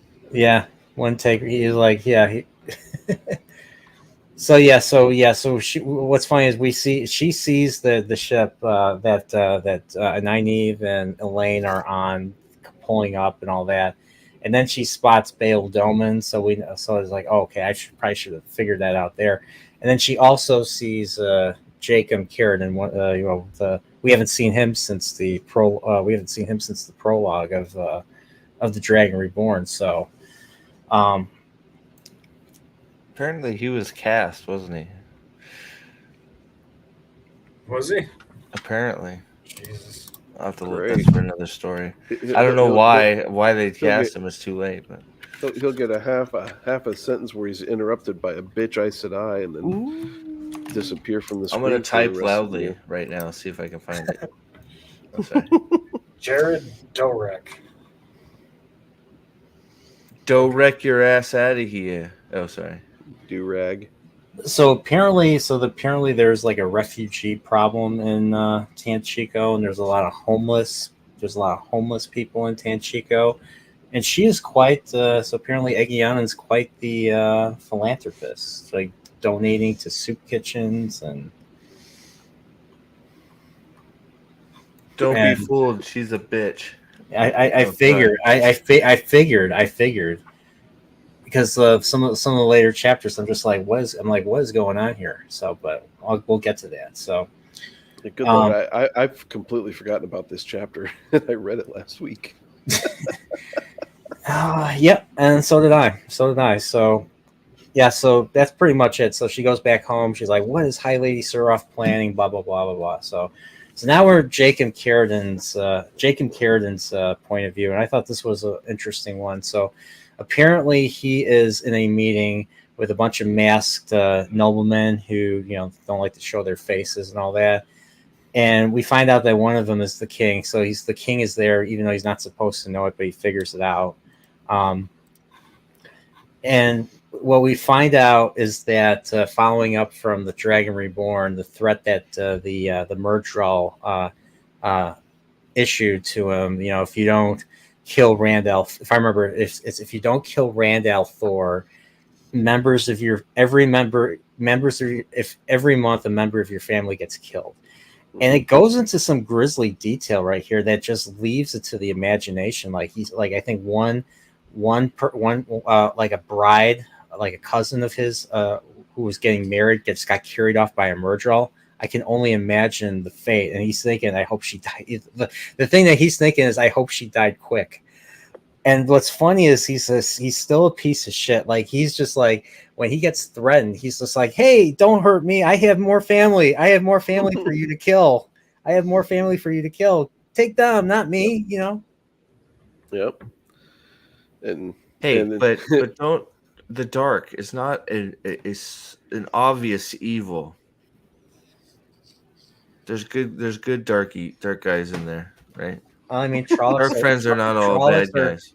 They're misunderstood. Aren't Trollocs people too, Steve? Yeah. Well, they are, but not dipshit dark friends. They're evil pieces of shit. I mean, giving up his whole family, right? His whole emotion behind it tells you that he has some kind of backstory that's sympathetic or something. Yeah, those bitches beat the shit out of him, so he was good. He was good with them dying a horrible death. Mm-hmm. He was beaten as a young lad, so they deserve to be eaten by Trollocs in a stew. Mm-hmm. Jacob, Jacob Carradine. Justice for Jacob Carradine. So apparently there's a lot of issues with, I think they said the Panarch died or something, and the king wants to install this. Boy, did wasn't Panarch murdered too? Murdered, right? I think so. Murdered, yeah. And the king is trying to install this other Panarch, Amathera or something.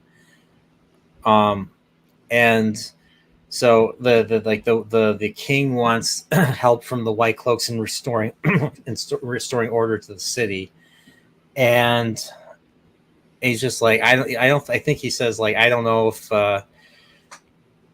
he's just like, I'm not. I forget how he puts it. Like, I forget. Does he immediately agree, or is he like, I'll have to check with Pedro Nile or something before I can proceed? I forget exactly the deal that he made. Not that it really matters. I guess it doesn't. How important? Is this even important? Like this whole politicking in Tanchico? Yeah, it has its role. It's kind of insular for its own purposes. Yeah, it gets you to the end where the face-off happens, but that's predominantly it. Okay, so basically, Jacob just they conclude the deal. He's like, okay, we'll the White Cloaks are in your disposal or something. So I think they're gonna gather in the castle, or sorry, the palace, or one of the palaces or something. And then Carradine leaves, and then he gets back. He gets back to the place where he was supposed to be staying, and all of a sudden Leandrin's there, and then she puts him in. She has, I forget what the weave is that she uses on him, but she basically ties him up with a weave, and he can't do anything. And then she keeps calling like a dog. She basically names him her dog, calls him Boars, and he's like, shit, I have to kill you. And she's just, I forget what she's like, you remember the Great Hunt? Hey, reader, you remember the prologue of the Great Hunt? We do. So, and she basically, and what's funny is he thinks that she's there to enforce that whole thing with that the Murdral ordered him to do earlier. And so it's funny that it becomes a conversation that she has with the other Black Aja. but the I'm trying to think. But she basically wants to. I forget. She wants to move everybody into the palace. I forget. She wants to send. Oh, she tells him to send the Panarch soldiers away from the palace. And he's like, "That's impossible." And then she's just like, "You better do it. You better figure out a way to do it." And poor Jacob is once again in between a rock and a hard place. Now he's got to deal with her and everything. So yeah. Never good when Leandrin shows up. She's just the harbinger of just shitty The worst. tasks.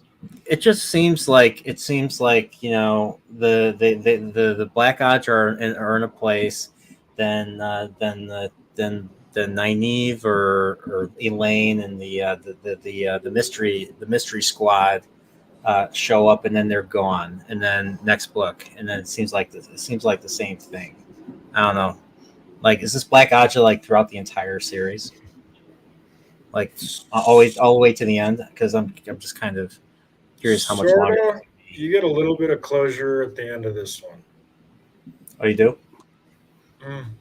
Okay, because I think one of the later chapters, like they try to find their hideout, and they're already gone. So interesting. All right, so now we're in Leandrin's point of view right here. So she leaves and everything. And I think she actually murders a dude with a blade. She does, like, she just straight up kills a dude. She takes out a dagger and just kills a guy. That bitch. Yeah. Oh, sorry. I wasn't sure if what you're waiting for. That bitch. Yeah. Leandrin there we sucks. go. With feelings, Steve. Leandrin sucks almost as much as Eganon or whatever her freaking name is. Yeah. Yeah. So she should have killed him with her square jaw. Yes. you say that, and I still think of the actress as Leandrin. Like that. I'm so thankful that I read the books before I saw this stupid fucking show. Right. Because there's not a whole. I mean, there's the honey hair, there's the dark eyes, and she has a doll's face. If I knew all the Aes Sedai were going to be hideous looking, I don't think I would have enjoyed this series as much. Like, it really kind of reduces the magicalness of the series if they just all look like middle-aged women with square jaws or bald. Wait, that wasn't Aes Sedai. Sorry. Or bald, yes. Or men. They look like men. Oh, sorry. Or, wearing hijabs, because that totally makes sense for this world. Or outrageous hookers. Oh, sorry. That would have been so bad. As long as they were okay looking, it wouldn't have been so bad. Well, that's the problem. They don't get the ageless look in this show. They get the fugly look. Aged look in this show. Yeah. Yeah, it's funny that Lan doesn't think twice about her getting railed by two guys to try and sneak away. It's like, nope, that's happening. Oh, sorry. Sorry. Yeah. Sorry. Getting distracted. Oh. Yeah, so basically, where does he go? Sorry. So just to keep things moving, yes, sir. Like, it doesn't seem like much happens with Leandrin. She just meets up with the baddies or with the Leandrin. Yeah, she meets up with them. They're like, "Is there problems going on in fighting with the Forsaken? Can we fight a Forsaken? Can we kill a Forsaken? Yeah, you can kill a Forsaken. We just need a Balefire. Just Balefire them. That should be fine." And so there's I think the big thing is that they're trying to look for this Terangrial or something that's supposed to control Rand or something. Yeah. That seems to be like the big reason why they're going there or something. So yeah, the male Adom. So that's pretty much it with Leandrin. And then we're back to freaking Egeanin. And so apparently there's this guy, a seeker for truth, that is like, he's like a slave to the house of like the Empress or something. But when he's out, he can, like, he's like a policeman, like he can question people and you can't really deny him or something. And I forget exactly what he was asking Egeanin or something. Yeah, kind of like the super cool concept never really comes back. Right. Really?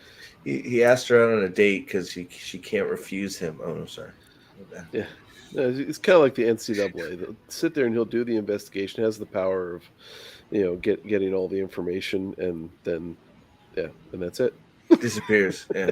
Yeah, so That was in this right. case, he's asking her to make any Sildam disappear instead of returning them to the Shanshan. And then any other military intelligence or whatever that she has. And then he leaves. And then we find out that there's someone named Bethamin that's in her basement.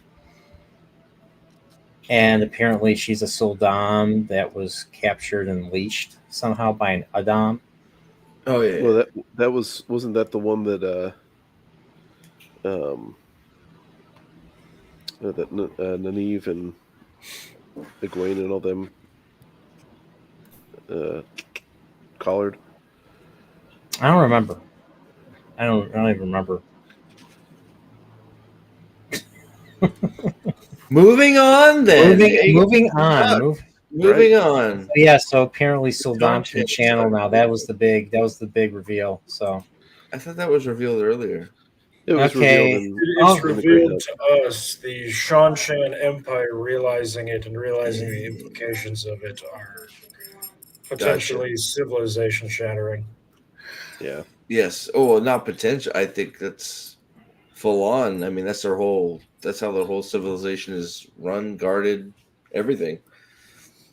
Yeah. Like, that'll be denied up and down for the next 20, 30 years.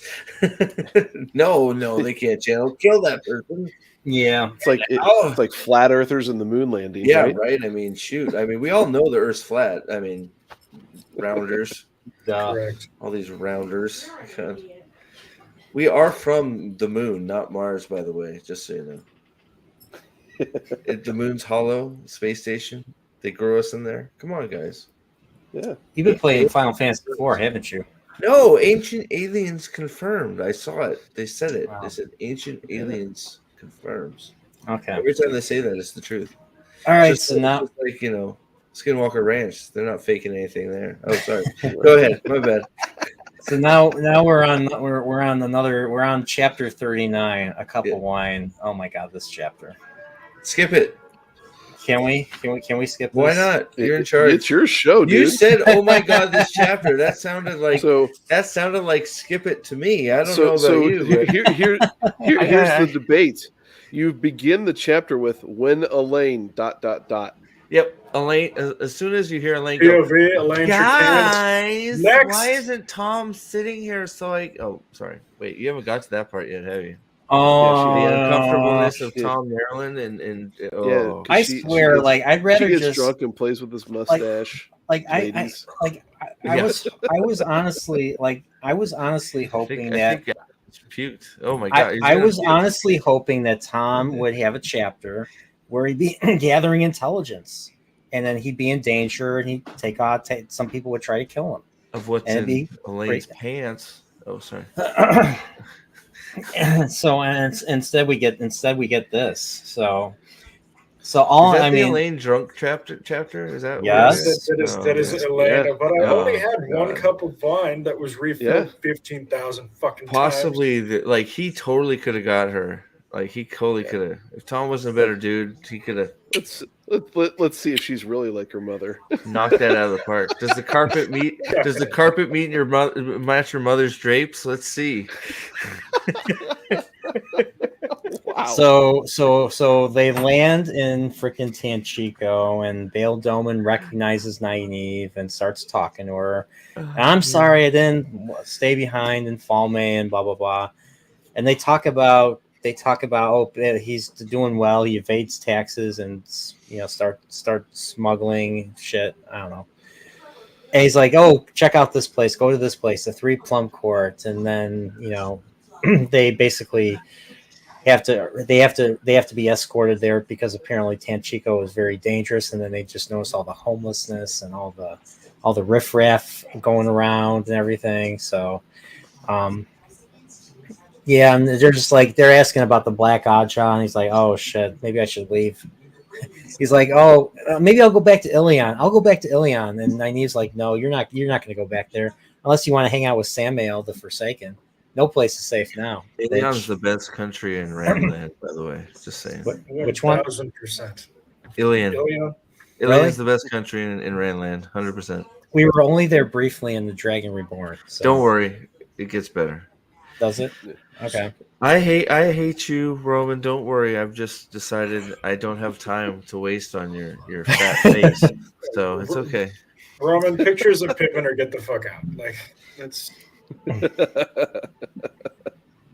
So I forget Julian is with them as well. He goes out to the city because to do his things to find out any news from the crime element of the city, all your cut purses and everything. So yeah, and so Nynaeve goes to bed because she just can't handle being on the land after being on the sea for so long. So Elaine's by herself. She can't she can't stand not being on land after being on sea. Oh, sorry. Pretty much, yeah. Pretty much, yeah. Pretty That's much. what you said. I didn't say it. Go ahead. Sorry. Land, yeah. So yeah, this is where she has like her billion cups of wine refilled and all that. Cherry listening wine. to Tom and all that. What'd you say? Nothing. Go ahead. The cringiest chapter of any book is her trying to sleep with Tom Maryland. Ugh. Ugh. So bad. It's just, and then I love Rand, but your mustache is cute. I remember your mustache. I remember she just pulls it. And he's just like, go to your room, and then she's like, then she starts making comments about her mother, and then I think Tom slaps her or something. Good for him. Yeah, I shouldn't talk about more gays that way. No, I'll make you forget about my mom. Don't worry, Tom. I can make you forget.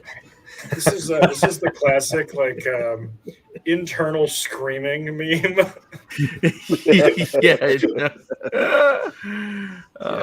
And she's like, "You're gonna tell me everything because I'm the daughter." I'm like, "Shut the hell up!" Just like, shut up. Your mother's preferred position is ... Go to bed. Oh God. Cat crosses the courtyard on her knees. Yeah, cat crosses. Donkey bends over the weasel. Oh wait, what?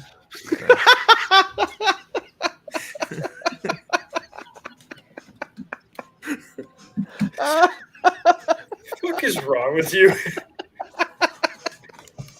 Oh man. Me? That was in the book. I read it. Whew, boy, that's a new That's what story. Elaine said. Not me. Elaine said it. Not me. My mother sat on your knee too. I saw it. I remember. Oh Jesus! I mean, freaking. I want to know why my mother sat on your knee. You're a Like, Gleeman. My mother would not sit on a Gleeman's knee. Egwene went after Aram the same way. Like, I guess she knows where she's been learning it, huh? Yep. Man, love is fickle from the ladies of the Wheel of Time, isn't it? Yeah, well, it's more like the ladies of the House of Andor are Promiscuous. Sleuths. Just complete sleuths. And so the best part of this portion of the chapter, she goes back to the room. Nynaeve knows exactly what it is, and she just takes her head and dunks it in the water. Yeah. Yep. She's like, Nynaeve. You can't do this. Straight from the Real Housewives of Camelin. Mm-hmm. Mm-hmm. Mm-hmm. Mm-hmm. So yeah, so that's pretty much it. So she's like, Nynaeve's like, I'm gonna go into Teleron Riyadh. I need you to stay awake and wake me if she's like, oh, okay. So now we're in Nynaeve's point of view, and excuse me. So Nynaeve is back in the heart. So Nynaeve's in the heart of the stone, and there's no Egwene. And so this part of the chapter was actually pretty good. This was actually pretty good here. So, so apparently, so Nynaeve is having her own moment in Teleron Riyadh. There's nobody there, and then all of a sudden she feels like she's not alone, and then she thinks about Roydion, and then all of a sudden she's in Roydion. And then all of a sudden, she looks down at Roydion from the mountain and sees someone trying to get into Roydion. You know, the fog right there. Someone's poking at the fog. And all of a sudden, a woman shows up who is most definitely Brigitte and says, you got to get away from this man or he will kill you in your dream. basically. And then she disappears, and then I think Brigida actually points something at her to get her to leave or something. Points her. She knocks an arrow and points it straight at her. Yeah, and so she ends up going, or so she ends up going to Emmons Field and she sees a man who looks very much like Lan, but he ends up raising a bow and shoots an arrow at her, and then she basically wakes up from the dream. So I think that was Slayer. Correct. Yeah, I thought so. So Slayer is basically Isam, if I remember correctly from the prophecy. So yeah. Very good. Yeah. So yeah, Isam and Isam and Luke go to the Mountains of Doom or something like that. That's from the prophecy. Blood calls blood. I don't know. Yep. So yeah, Nynaeve got nicked by the arrow. So so Elaine basically treats her even though she's drunk. They go to bed, wake up, and they have they're like, we're gonna go. I forget what they start playing on what they're gonna do. So I think the inn mistress makes them like disguises or something to make them look like that they're commoners or something, if I remember correctly. Yep. That way, like the black object will not be able to spot them so easily or something. So, yeah. So that was pretty much it. Yep. So the best part was Nynaeve being in Tel Riyadh. So Yeah, well, I think what made that section was Brigitte wasn't. I mean, Nynaeve is easily one of the better characters, but Brigitte coming in and kind of taking charge of that moment kind of set that whole thing as a home run. Mm-hmm. I'm assuming Chad. Yeah. So that's basically that's chapter 39. So we're pretty much done. We will go back to Tanchico in a few chapters. So now we're back to Perrin, and so this one's called Hunter of Trollocs.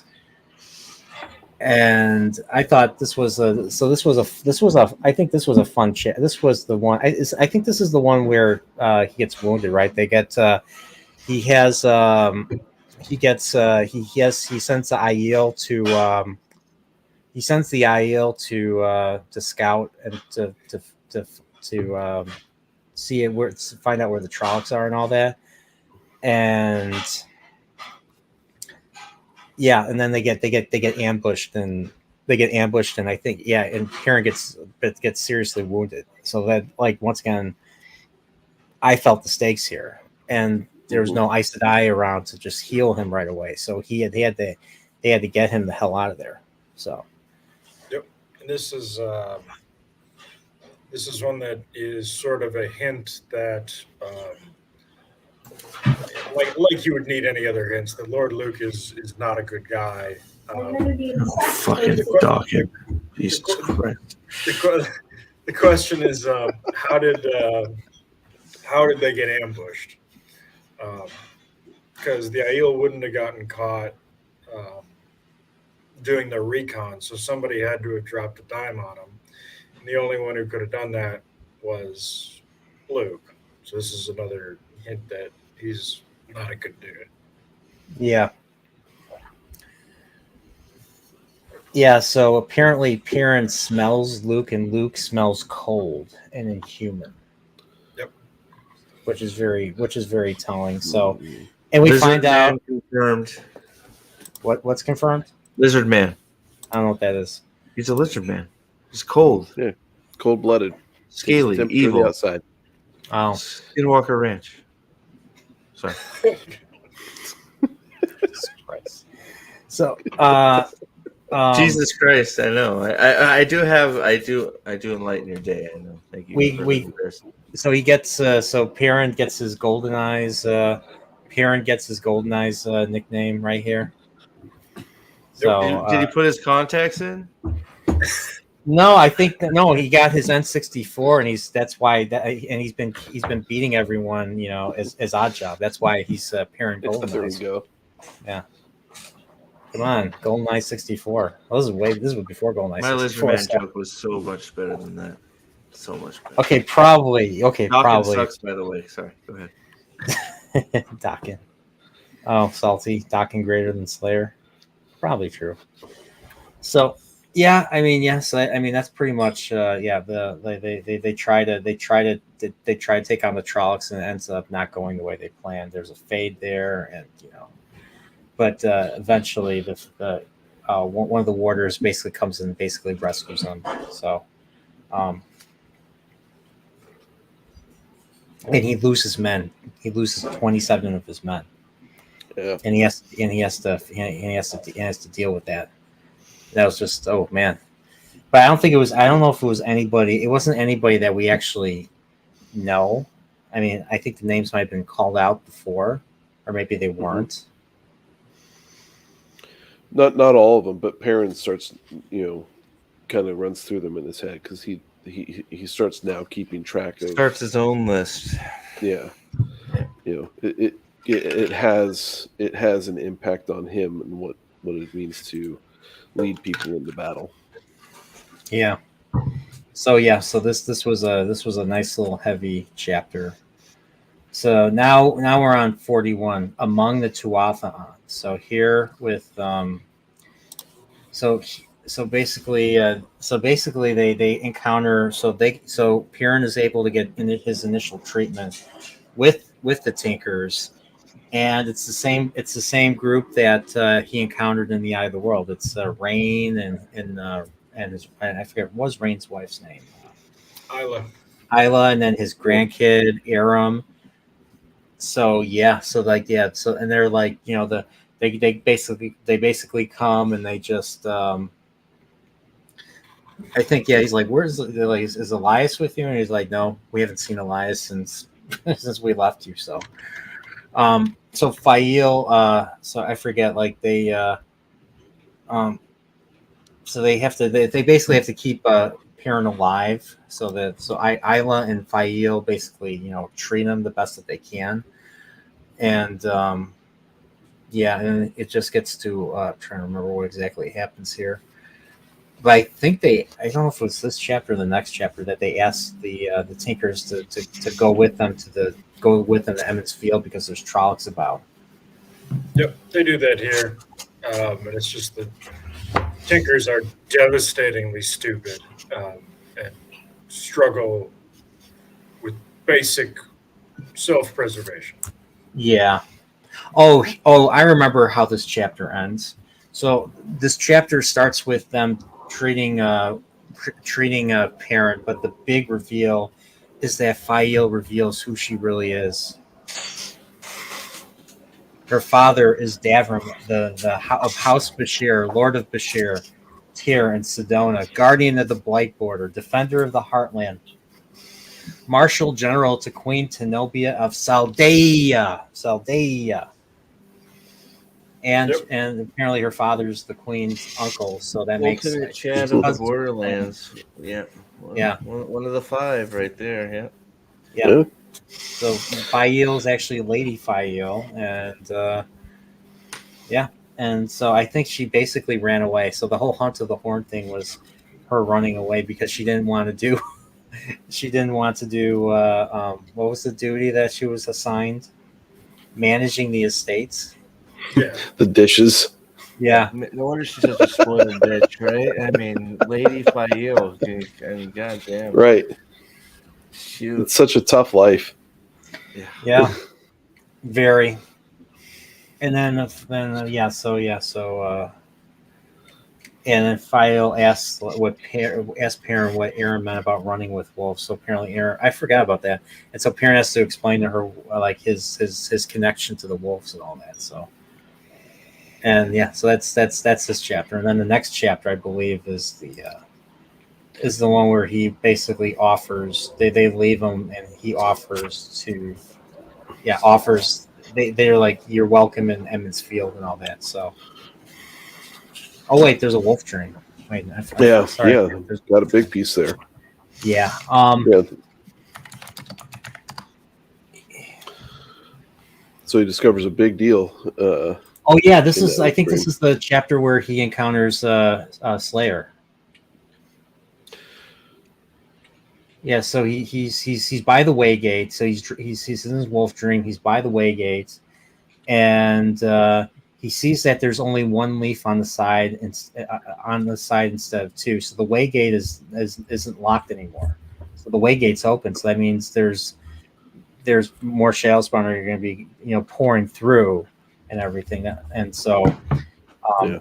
and so Slayer is just basically goading Perrin into attacking him and all that. And Perrin realizes this. He's just like, no, and he sees Slayer, and he sees basically what we saw with Nynaeve, that he looks just like Lan and all that. So, so yeah. I gotta take off, brother. Work All right. calls. Well, thanks for being there, man. Yeah, man. Slayer Perrin battle, man. It's good stuff. So, yeah. So, when's the next one? Next week. Next week? Okay. Plan to finish this book. Okay. I think I should be good. I think I'll let you know, but I should be good to go. All right, man. So, my schedule's so messed up, So. Anything you want to plug? Nah, I posted a video. There'll be more to come. So I got, gonna try and get back in the swing. So, dude, Roman, you smell of cheese and vomit. I don't want to hear from you anymore. Love you, buddy. Yeah, no, hopefully lots more coming. I know you want to do a Christmas thing, so we'll figure that out. And we'll figure it out. Yep. Just stay tuned to the channel. There'll be stuff going on. So, but, yeah, thanks, guys, and off to overnight work I go. Yay. Have fun, brother. Yeah. Fun. All right. We'll see. We'll catch you all soon. All right. Thanks, Charmin Etherin. See ya. All right. Finally. Man, who is that guy? Doesn't matter. Is that now we're gonna have fun. Now we're gonna have some fun here. So. It's like having Elaine on the stream. I mean, good grief. Damn gingers. Yeah. So I think So Perrin realizes Slayer is trying to lure him into a trap. So he instead of pursuing him, he just wakes up. And so he ends up he wakes up, and then he just says, "We gotta get back to Emmons Field. They have to take it back to Emmons Field to get healed." So he's basically get him ready, and that's where he offers Brain and all of them to go to Emmons Field, but ultimately doesn't work out, and they leave him. And well, let's just say that has consequences. And I just felt, yeah. So, So they end up going back to Emmons Field, and they're just like they come back to Emmons Field, and it's just like they were already prepping when they were away. So I had the prediction that this was going to be like the Seven Samurai, where they're going to be training the people and building the defenses. It did. It just happened off screen. It just happened off screen. And I think it was Tam and Abel were the ones kind of doing it, or mainly Tam, that kind of got all this, going. Yep. Yeah. Because Tam's a badass. So not only, they have like stakes. They have like stakes in the ground to keep the Trollocs from getting close, and they also have apparently the warders are building a few catapults basically. Yep. They have 6 already. Like, geez, Yep. they must have been away for a while. Yeah. Two Rivers isn't fucking around. Two Rivers is ready to go to war. Yeah.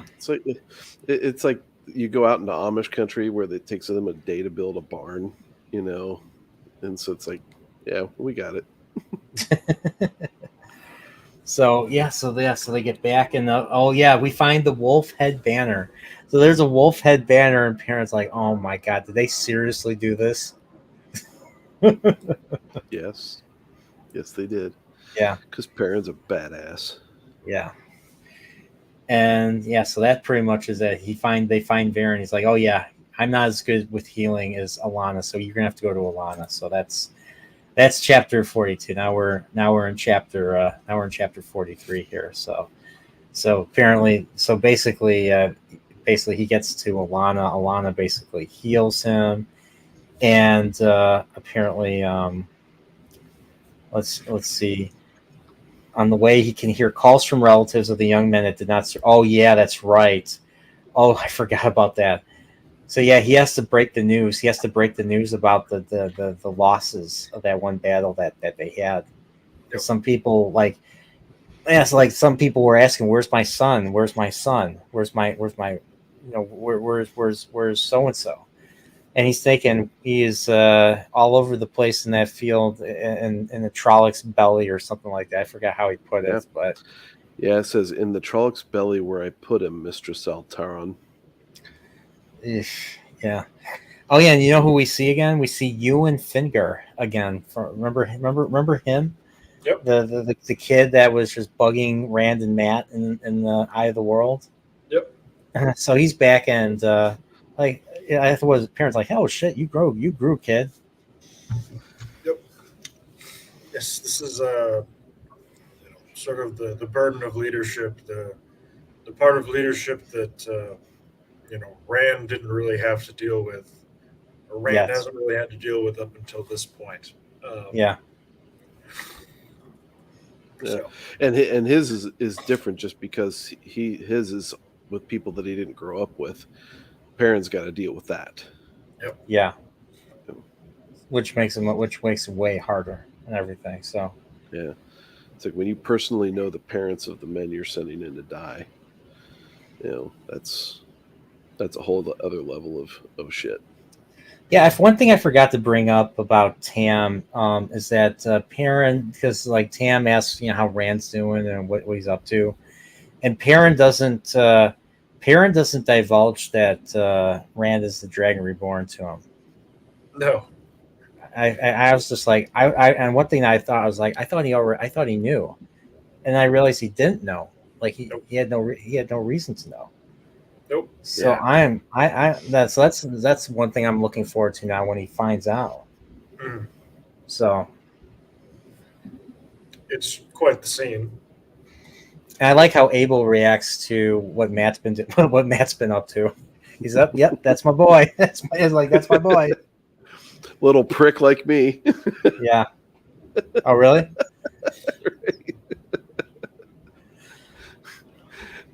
I think Alex looks like he wants to punch me through the screen right now. You're fine. It's more, it can't hurt me anymore. Right. I realized today that I'm probably no one on Earth has watched more of Wheel of Time season 2 than I have. So, just because I've hate watched it enough, and I've gone through it doing videos. Why have I done that? It's such a depressing piece of information. Mm-hmm. Anywho, Smile a While for me is making good progress on the books. So, is this your first read, Smile? You have to let me know. So you just finished book 5, tracking down book 6. Salty, send her that website. What's that website that sells the books or everything? Definitely thriftbooks.com. Thriftbooks.com. There you go. That's how I got these beautiful copies right here. So I only have the first 8. I have to buy the other 6 eventually. So but my walk away from book 4 was that book 4 is when the gravitas of things start really hitting the characters. Okay. So, for instance, this parent stuff dealing with the burden, like you said, the burden of command and all that. Yeah. It's a kind of like they have their adventures, and now there's just the weight of the world is starting to kind of set in. Yeah, these chapters were in fact page turners for me. So like Some of the chapters were not page. A lot of the chapters were not page turners. This particular block right here were like I was continually reading. I was not putting the book down at all. So, oh yeah, and here's the thing, Matt, or it's not Matt. Perrin's like, I don't know if it's here, but Perrin's like, I have to go. We have to go I have to go put the. I have to set the waygate right. I have to do this, and I liked how Fayo's like, no, you're not fucking doing it. Well, people, Right. Trollocs are going to come out. Let them come out. Trollocs, let them come out. You're going to die. You're going to die if you don't go. So, and you can't do everything yourself. And so I think it's here where we find out that Loyal and Gaul get sent out. They go. They go themselves to deal with the Waygate situation right there. So Yeah. So, but yeah, so that's basically chapter. Was it 43? Yeah, so we got a couple. We have a few more chapters left. So we're making decent progress. It's only been 2 hours. It's not gonna be 5 hours like me and Dane last time. So,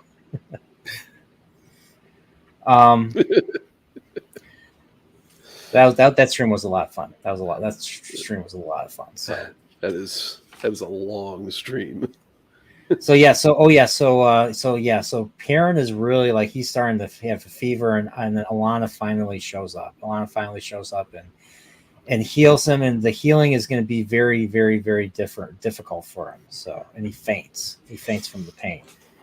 So that's basically chapter 43. And then this is the chapter. This is the one, Breaking Storm. This is chapter 44. This is the one where the shit really goes down right here. So, so Perrin wakes up here, and he's healed, but he still has to get his rest. Like it's not an automatic thing. Like he still has to rest in order to, regain his strength and everything. So, he finds, I already said this. He finds out that Loyal and Gaul left while he was asleep, and they're doing this, and he wants to go after them, and they're arguing. There's a little bit of levity here. They're arguing, and they both fall down the stairs. Yep. They both fall down the stairs, and she's on top of him, and then all of a sudden they get up and they're like, "Oh, Trollocs, it's a battle." So the moment they get up from that tumble down the stairs, there's a battle going on outside. And this is the first. So this time, instead of Perrin being in the front lines, doing the killing, he's being General Perrin Goldknights. He's going to be conducting it from the back. So, yeah, like freaking 3 shouts for both Gaul and Loyal there, just taking it upon themselves to go out and do what needs to be done. Yep. And taking advantage of Perrin's inabilities at the moment to go and do it, because it's the only way that it can be done. Perrin's too much of a visual draw right now, and they know that. Yeah, and they also, these are the studs. If you need to do an undercover mission to sneak around, these are the guys to pull it off. And then a 10-foot Ogier, and then an Aiel who can stay hidden behind the Ogier. Yeah, right. So I got a question. What exactly are the Stone Dogs known for? That Gaul's part of? They're just a group of Aiel. I don't think they're. Why are they called the Stone Dogs? Like, are they known for anything? Or are they just? I don't think so. I think it's just the name of their little clan. Yeah. They call them Stone Dogs, like it means something. If you're in the military, you call people from, every unit has a different sort of name or distinction, and it just sort of becomes, somebody does something funny one time, and then all of a sudden the entire group are now known for big doofuses who do one particular thing. And that's where the Stone Dogs comes from. Okay. I don't believe it. I'll look it up. I don't believe it means anything. I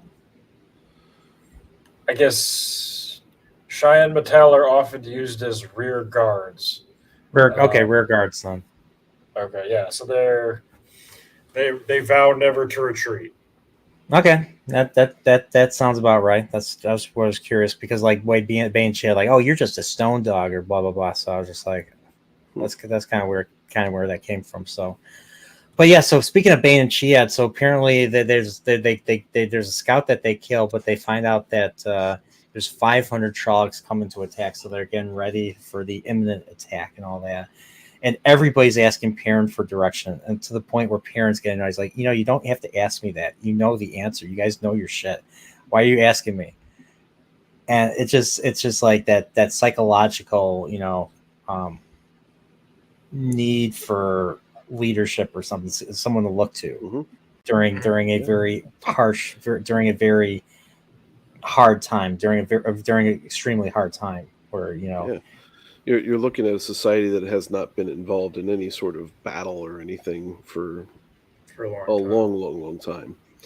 And so now all of a sudden they are now the epicenter of it, and someone needs to step in. And the guys who you would think would normally step in, like Abel Cawthon and Tam Althor, are kind of hidden away because they need to be, until just very recently, when they come back in. But it's Perrin's kind of like that glue, because he's also the one that helps bring in the younger ones who can fight, and they take a lot of pride in him. It's, you can sit there and unite behind Tam, but everybody focuses on Perrin because he's the icon of the society. A big part of this one is, Perrin doesn't really give a lot of orders. Abel Cawthon says, get to your spot, and Tam says, you're all archers, you know what to do. Fire when I say fire. And like a big part of that is, when you're the joke of the West Point cadet who is ends up as the lieutenant in Vietnam and doesn't know shit. Like, the best thing a brand new lieutenant fresh out of the academy can do is shut the fuck up and listen to the two sergeants that have been there for a decade and know what they're doing. And that's pretty much exactly what Perrin does here. Go team, but Tam and Abel have it, and it works out well for him. Like, fucking truck, no issues. Right. Yeah. Well, and so what happens? They go through this fight, and Bran Alvear is the one that comes up to him and says, "You did it. You got a great victory, Perrin." And he's like, "I didn't do a thing," But who's getting credit? It's the one who generals everything. Even though he doesn't really give the orders, he's still Bran knows better. Bran knows who's out there directing the troops specifically in their areas, but he's making a call out to the one that everybody's actually rallying around. It's not Tam, it's not Abel, it's Perrin. Yeah, and they managed to sport a victory. They get the Trollocs before the Trollocs can even breach anybody. So.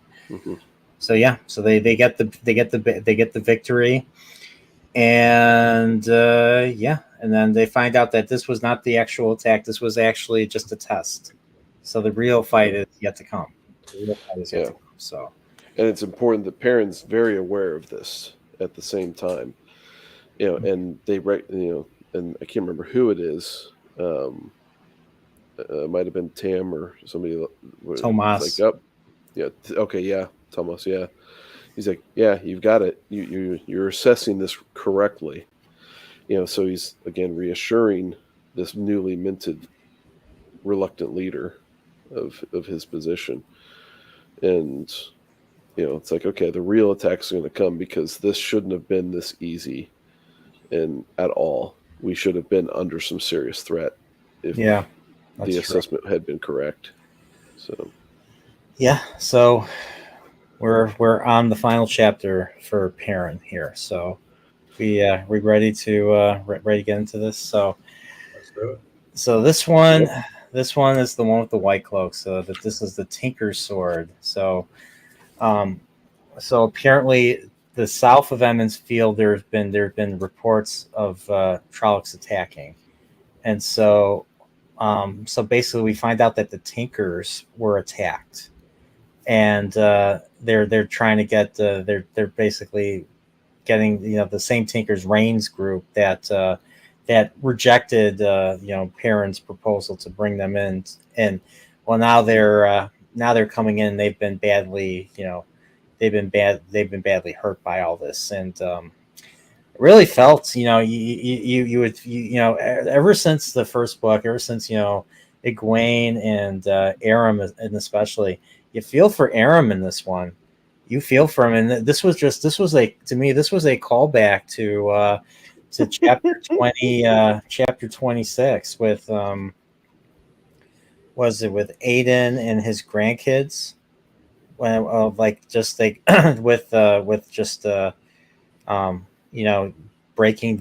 the way of the leaf and all that. Yeah. And if you violate the way of the leaf for any reason, you're out. Yeah. Counterpoint to Aram and the Tuatha suck, and bad things deserve to happen to them. Yeah, that's true. But Yeah. especially when he asks Perrin for a weapon, and his grandmother's like, no, Isla's like, no, you are out. Then we don't know you anymore. You're done. And he's like, good. Well, yeah, because he's like, they killed my mother. They killed my mother. They killed my father. What do you expect me to do?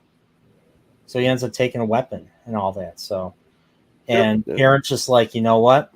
I can't deny him this. I can't deny him if he wants this. This is something I can't deny him. So, and then they hate Perrin. I think after that, the Isla especially hates Perrin after that. So,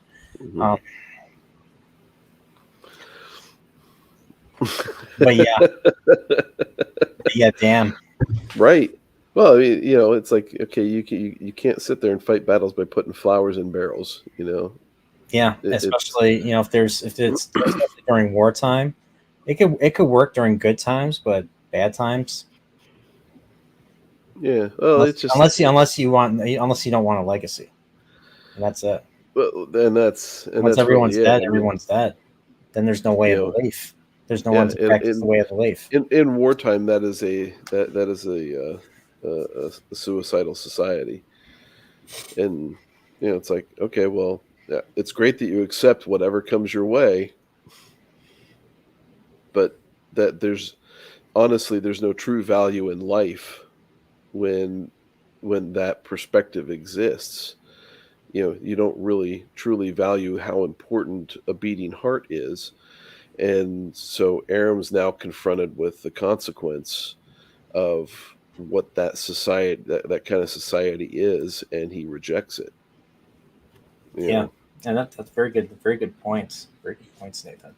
Yeah, do you truly value life? So, heavy shit. What can I say? Yeah, it is a heavy consequence. I mean, it really is. No matter how altruistic your motives are with it, it's every choice does. I hate saying it because it's what they tried to fucking have Maureen say in the show, say in the show, but all choices have their consequence with it, and whether you like it or not, it's there, and you do have to deal with it. And the natural response to this should be, okay, this doesn't work. And the evil that's perpetrated, if you don't stand up to deal with that evil, then that evil goes into the next area and perpetrates itself on that. Yeah. And so do you just let that go and let it take over the whole thing? Because that is, when it comes down to it, that's insanely immoral. Yeah, I mean, you ever hear the phrase, evil persists when good men do nothing? Yep. Same idea. So yep, exactly it. I mean, sometimes I think it's just a cop out. So you're trying to take the easy path. You're not taking the hard path. 100%. So, but yeah. So basically, I think Perrin reacts. He wants to destroy the Waygate or something, and then he gets everybody's bugging him with questions. So this is where the question starts, and his former master, I'll say, Luhan, blacksmith mentor, is asking him a question. He's like, I have a constant stream of people asking advice, and it's just he keeps him from leaving, and so he's giving them solutions to things that they already know that they need, but they just find like I said earlier, they find comfort in asking them. So that was one of the things, and then of course Lord Luke comes back, and he has a Murdral head and a tale of defeating a bunch of Trollocs by himself. I guess. I don't know. Bullshit. So Perrin is just like, okay, all right, come on. And then they're like, okay, I have to eat. Screw it. I have to go eat something. I have no energy whatsoever. And then there's the whole, yeah. So, I already brought up the whole Aram thing already. So, and by the way, the two Matt's two sisters have a crush on Aram. I don't think that's important, but that's what's they're like so when Perrin's eating, Aram is there just dealing with it, and then there's Matt's sisters just looking at him and all that. So but yeah, I already talked about I think I already talked about that. Perrin basically tells Aram he has a right to defend himself, and he's like, who can help me, teach me how to do how to handle the sword or something. Yeah. Go to Tam-El Thor. Ask for Tam-El Thor. Tell him I sent you. I was like, yeah, there you go. Yeah. So, and then here's the juicy part right here. The White Cloaks arrive. Love this part. One of my favorites. I thought this was funny too, because like Dane just sees Perrin, he just wants to murder him. He's like, I want to kill you right now. To the point where freaking Child Buyer is telling him to be cautious. Yeah. Is telling him to restrain himself. Child Buyer of all people. Right. You know you're in bad shape. Right. So apparently, according to Dane, Terran Ferry was wiped out. Shit. Terran Ferry was wiped out, and the White Cloaks lost a bunch of guys. And the general response is, "Oh man, that's a bummer. Sounds like a skill issue to me." But have you tried being better at this stuff? I mean, we wiped out like 500 of them, and we didn't lose anybody. Like they didn't even get to the fucking walls. Yeah. Well, what's up, Dave? Oh, thanks for dropping by. Yeah, definitely check out the previous streams if you haven't watched them already. So, but yeah, so apparently, so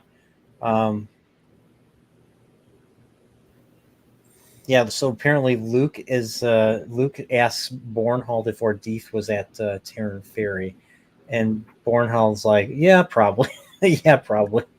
Oh, so fucking weirdos everywhere. I don't keep an eye on them. I forget. Didn't in the beginning of this book, Ordeef killed like a few Tinkers, like they were holding Tinkers for questioning or something, if I remember correctly. Yeah, and then Ordeef was just being being insane and just killing because he likes to kill or something. Yeah, I don't know if there was any reason behind that. It was a no-named Tuathan anyway, so. Yeah, a combination of he's just nuts, and I think he's just trying to get more information on stuff. But, and I just like how. Sorry, go ahead. No, I was going to say the real winner of this section is they're going, Perrin, bro, you're under arrest. And Brian over here goes, the fuck he is? Like, right. Yeah, your secret's safe with us. Your secret's safe with us. So right.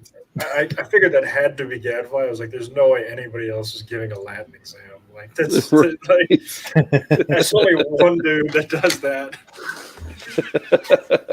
I've nearly done that. I've nearly done that myself. Use my personal account with my name, with my full name and everything. So yeah, I've gotten close. I've gotten close to that. So, but yeah. So Bornhald declares Perrin under arrest and that he is to be taken to Amador to be tried. And I like how Bran Elvira right now is like, he's told Chase, like, nope, you're not arresting nobody, bitch, unless there's proof.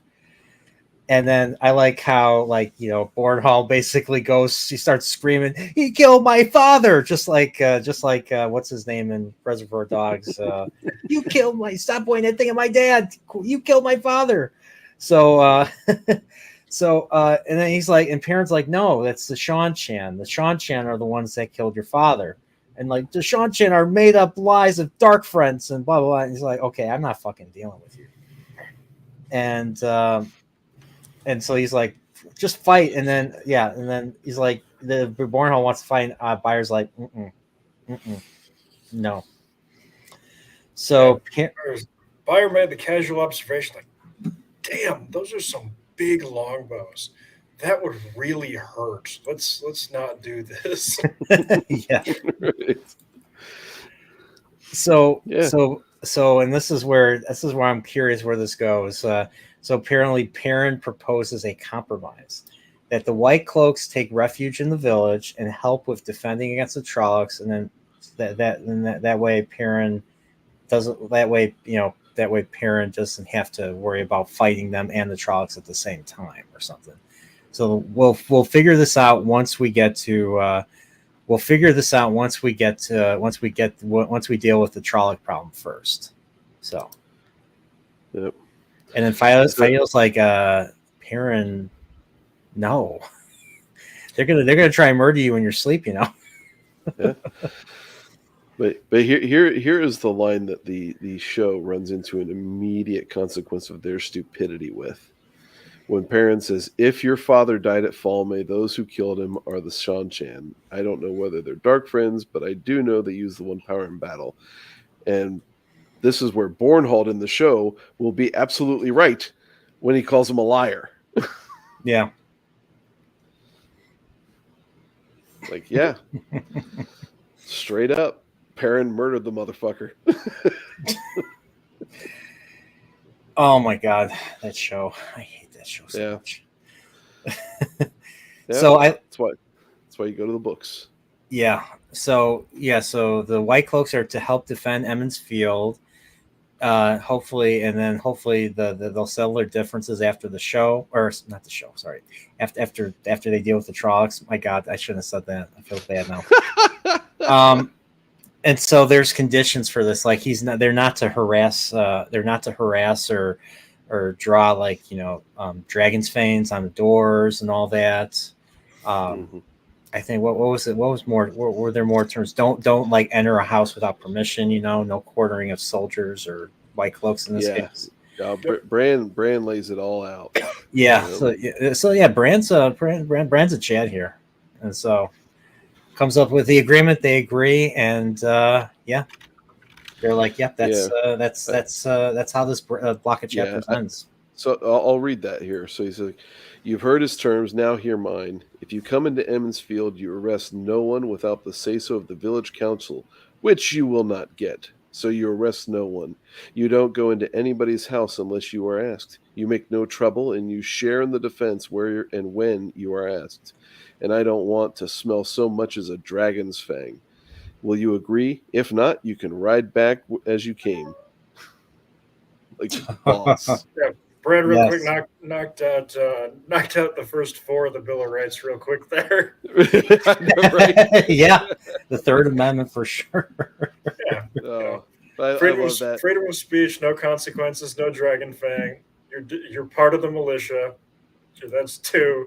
No quartering of soldiers is 3, and no unreasonable search and seizures is 4. Just write down the list.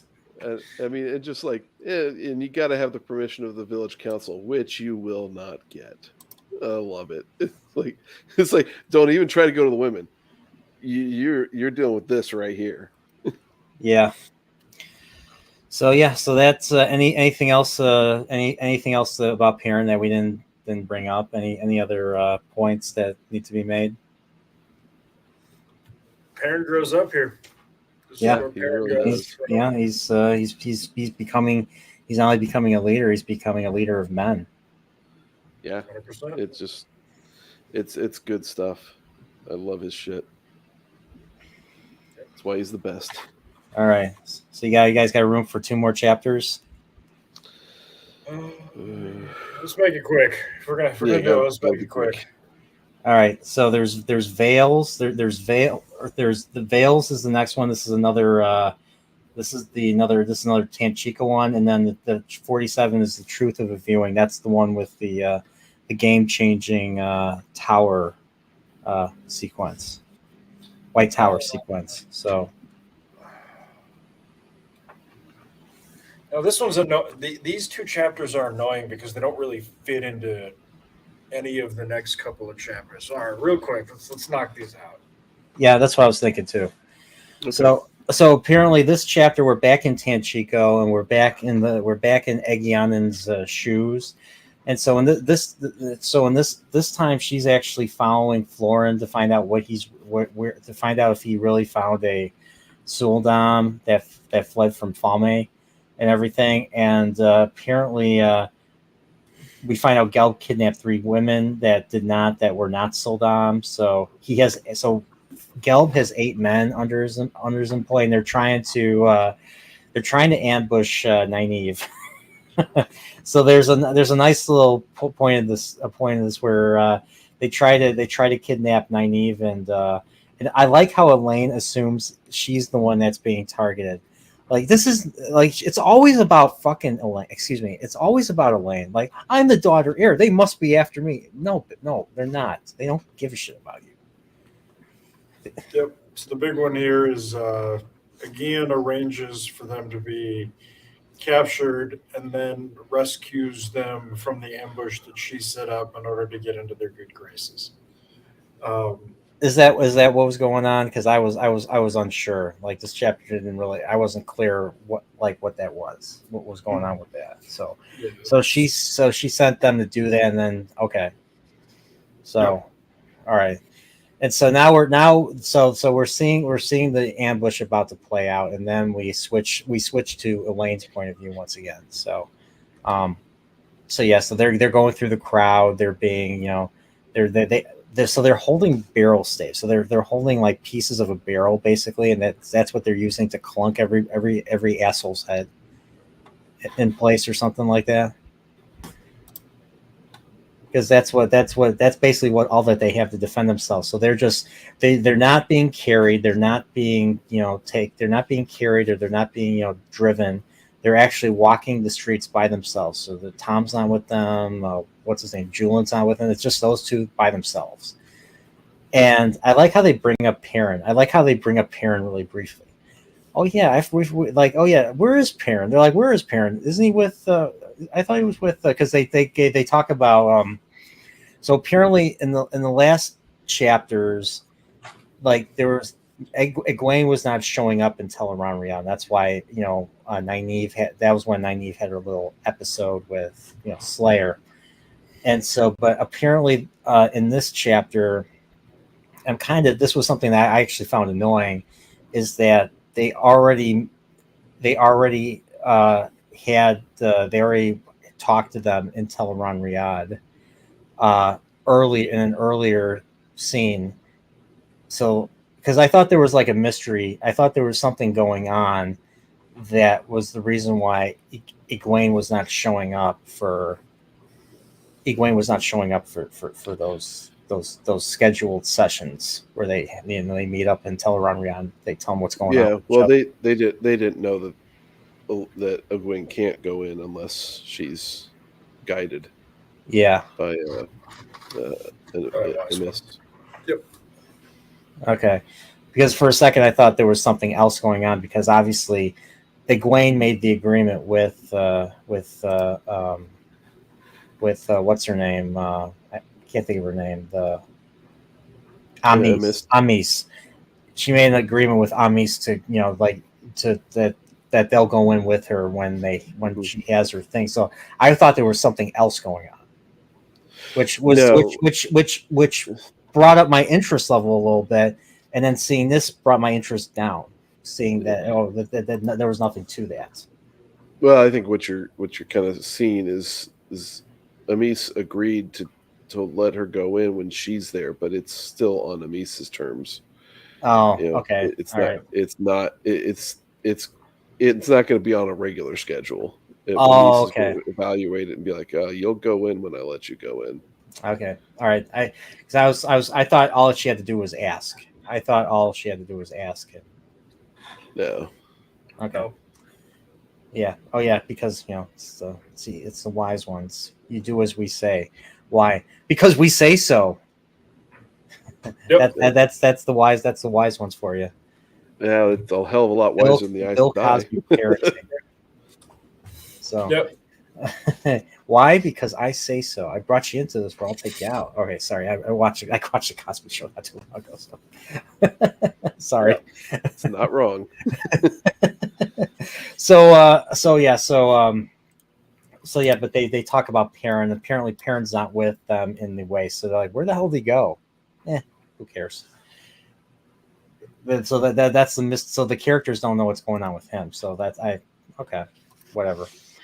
So this is where a man tries to grab Nynaeve and she just cracks him with the barrel stave, and then one pushes Elaine, and then to grab Nynaeve, Elaine believes that someone recognized her, like I said earlier, blah blah blah, and they're like, okay, maybe we should channel. Okay, maybe we shouldn't channel because we don't want any black sisters looking at us like that, or finding us like this. And all of a sudden, a woman shows up with a staff and just takes on these men like they're nothing. And I can't help but think that this will be in the show.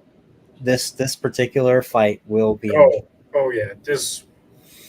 It's gonna be. It's not gonna be like Gina Carano, like believable. It's gonna be like some woman who's probably like 5 feet tall and 110 pounds, and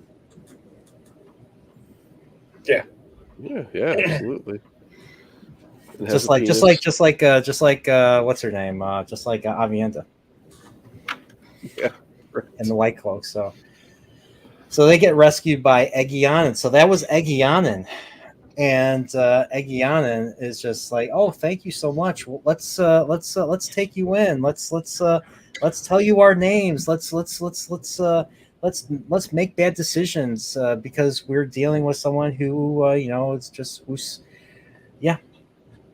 So I don't know. I was just like, I couldn't really. Maybe is it just because of their naivete or something that they're telling her all this stuff that's supposed to be. Yes, they're terrible at espionage. That is like one of the running jokes of this section of the book. Is like Tom and Julian are just doing everything possible to keep these idiots safe and alive, and they just gleefully throw themselves into the blender and like seemingly an almost intentional attempt at getting caught up. Like they're just very bad at it. Is essentially what's happening. I mean, they've never done it before. They're children. I mean, they're just bad at it essentially. Yeah, because they're like telling her they're like they tell her their real names for starters, and and then the stuff that they're trying to do, like, oh, we're looking for the Black Aja. I'm just like, yeah. And I'm surprised Tom didn't say anything to them. And then they're like, Tom's like trying to tell them, hey, there's something going on with this Panarch. There's something going on with this deal with the Panarch, and they're like, we don't want to know. We don't want to know. It has nothing to do with the Black Sisters. I was just like, shut up, Nynaeve. I was just shut up.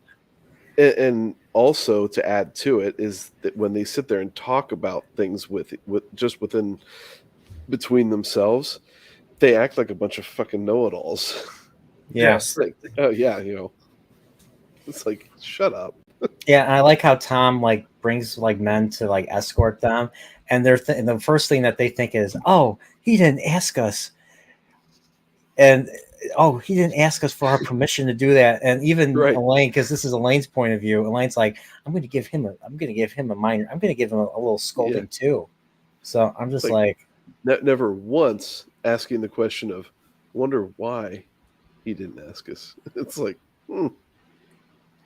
yeah. Maybe so you're a bunch of fucking morons. Yeah. So like this whole chapter was just I was walking around listening to the audio portion of this, and I had to keep rewinding it because I was just like, oh my gosh, this was a chore to get through until The end. The end. And I want to see more. I'll be honest. I want to see more Forsaken. I know, like the Forsaken seem to be like a very, when they show up, it's supposed to be very impactful. I get it. But I want to see more of them. I want to see what they're, and we get to see a little bit of what one is capable of right here. So apparently, and I was like, okay, who is this? At first, for a second, I was like, is this a random? So there were three ideas. It was either Forsaken, Black Sister, or just a random Aes Sedai who was just wanted to know who they were and all that. So, so apparently, but I liked how the compulsion was written here. Like the woman's using compulsion, and I like how Nynaeve and Elaine are just like, yes, sir. Like every time this person who never gives her name asks them a question, they it's like when one person answers first, the other one gets pissed off at the other person for answering first. I'm just like, yeah, okay. So compulsion makes you really want to please the other person, all that. So, let's see. But yeah, so they're asking about. She asks about the Black Sisters. She asks about. Damn, that cat is necking Alex. Yeah. Did you just get that cat? Yep. Okay. Yeah, I good thing I missed out on that because I'm allergic. I'm allergic to it. Oh, bummer. Yes. Yeah. Hey, nope, no eating that. So. And so there. Here was one thing that I did like that I was a little nervous about. She asked if they have any ter'angreal, but she asked if they have any ter'angreal in their rooms, not if they have ter'angreal. Period. So they're like, no, because she had they still had the stone ring and all that. So I was like, oh, they don't lose that damn thing. And then she's just like, okay. And then the person's like, okay. All right, I'm gonna leave. You forgot I was here. Bye bye. And she I like how the person brings up you're I forget, like they brings up Randall Thor. It's like, oh, is he like what's his name and blah blah blah. And let me see. I'm gonna look for it. Here quickly. So but I like how I figured out who this Forsaken is once she brings up Spider in the cracks. I was like, okay, I know what this is. And you can thank the show. You can thank the show for that too. Bogey. So, yeah, I like how what was it? Randall Thor. So that is his name now. An arrogant man whose stake of piety and goodness. Is he still the same? No, do not bother to answer that. An idle question. So Bilal is dead. The others sound like Ishamael to me. All his pride at being only half caught, whatever the price. There was less human left in him than any of us when I saw him again. I think he half believed he was the great Lord of the Dark. All his 3,000 years of machinations, and it comes to an untaught boy hunting him down. My way is best. Softly, in the shadows. Something to control a man who can channel. Yes, it would have to be that. Now, what to do with you? You are too strong to waste. You may be useful one day. I would love to see Robin's eyes the day he meets you unblocked. I would put you off this hunt of yours if I could. A pity compulsion is so limited. Still, with the little you have learned, you are too far behind to catch up now. I suppose I must collect you later and see to your retraining and everything. You will pick up your things from the table when you have replaced them where they belong. You will remember nothing of what happened here, except that I came thinking you were friends I knew from the country. I was mistaken. I had a cup of tea and I left. Yeah, and then she leaves, and she was a really nice woman. So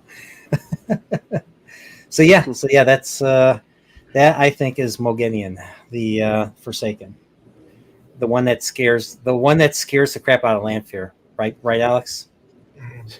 Well, Mogi is a particular type of bitch. Like, she's just kind of awful to deal with because she never fights you straight up. She always is sneaking and just being Coward. Coward, yeah. So she's just not a good enemy to have. Like if you're Lanfear, you'd much rather fight Ravin than Mogi, just because you kind of know what Ravin's about. Yeah. Mhm. And so basically, so we're back to Egionan's point of view really quickly. Apparently, so basically, she's trying to sort out all this information. So apparently, she didn't know that Aes Sedai can learn how to channel. That was like one thing that kind of took her aback, if I remember correctly. Yes. Like they can learn, because Yeah. I think that in the Shan Chan culture, that they're taught that they can't learn it, that they're born with it, I believe. Yeah, the Shan Chan are dumb and don't understand how channeling works. Yeah. Mhm. And so as Egionan's leaving, there's another mysterious figure that's watching her and everything. And so, yeah. So somebody's watching her. Mahalinar calls out the funniest thing in this entire series, and I'm ashamed that we forgot to mention this. Oh yeah, so she can't like eat or breathe with the veil on, so the veil keeps going into her mouth when she breathes or something. Okay, yes. So, you note that nobody else has problems with this, right? Nobody. So how would you have to be standing such that you would have a problem with the veil going into your mouth?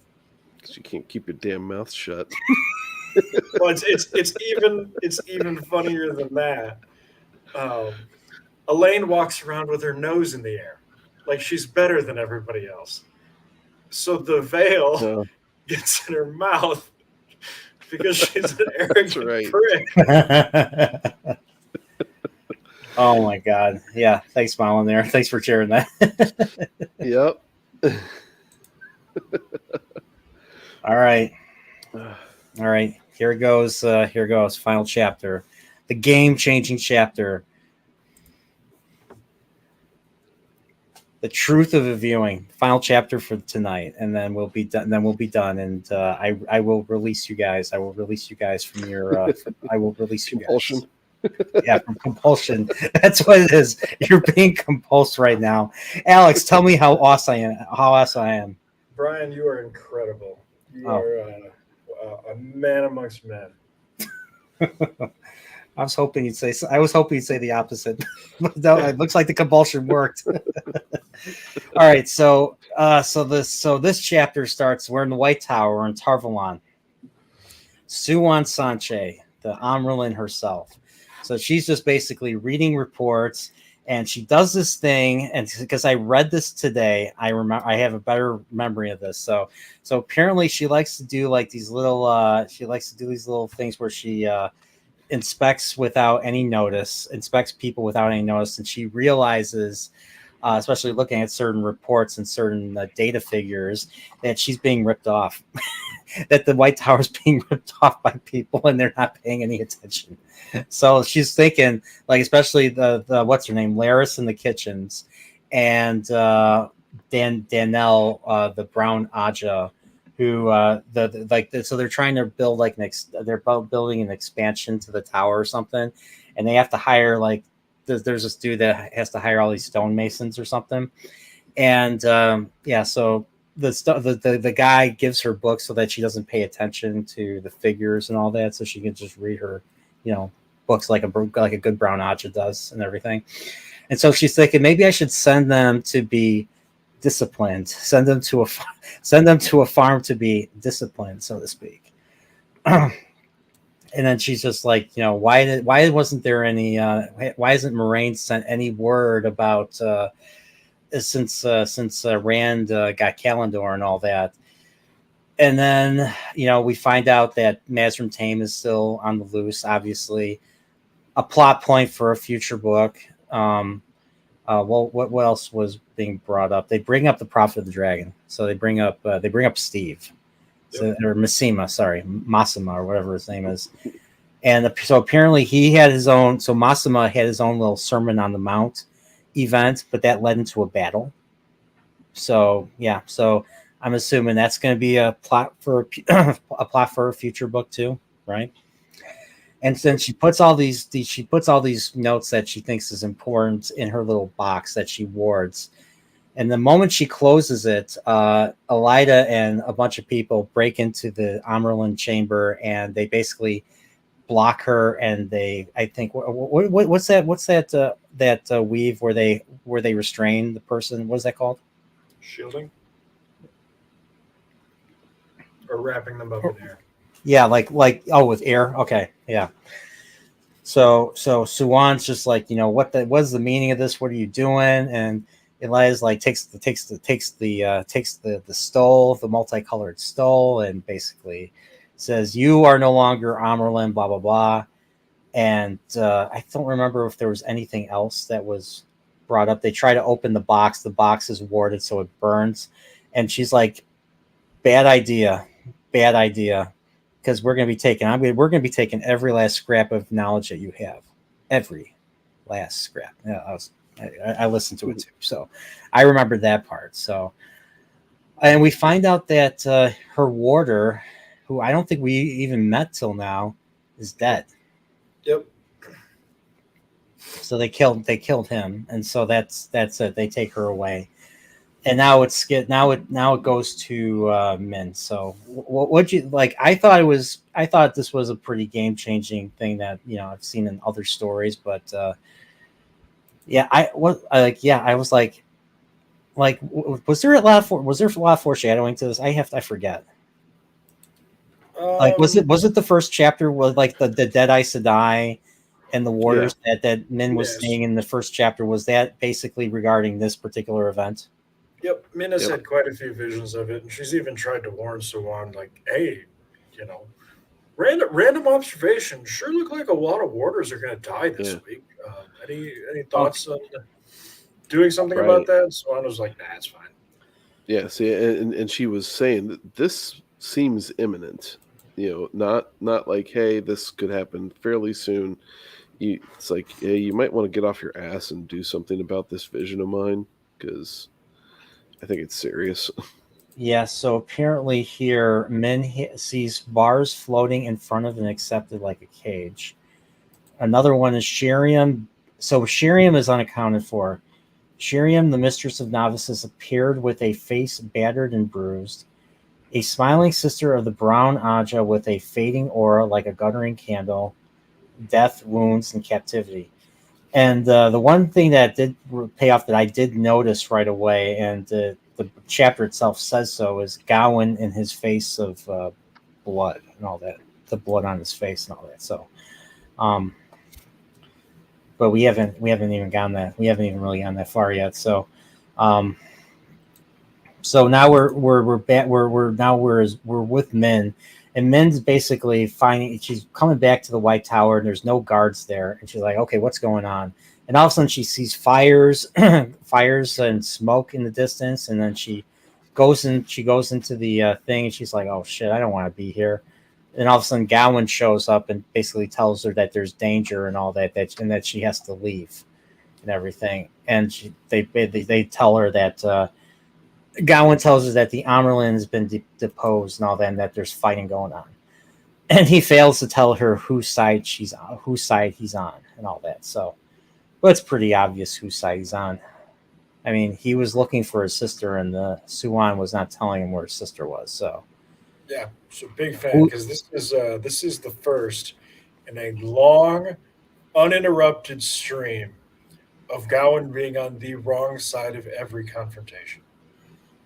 yeah, Genuinely the dumbest motherfucker in the history of literature.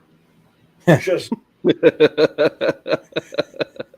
but is that the only reason why he sides with Elida? Is because if he's looking for his sister and all that? Is that the only reason, or is there more to it that I have to find out?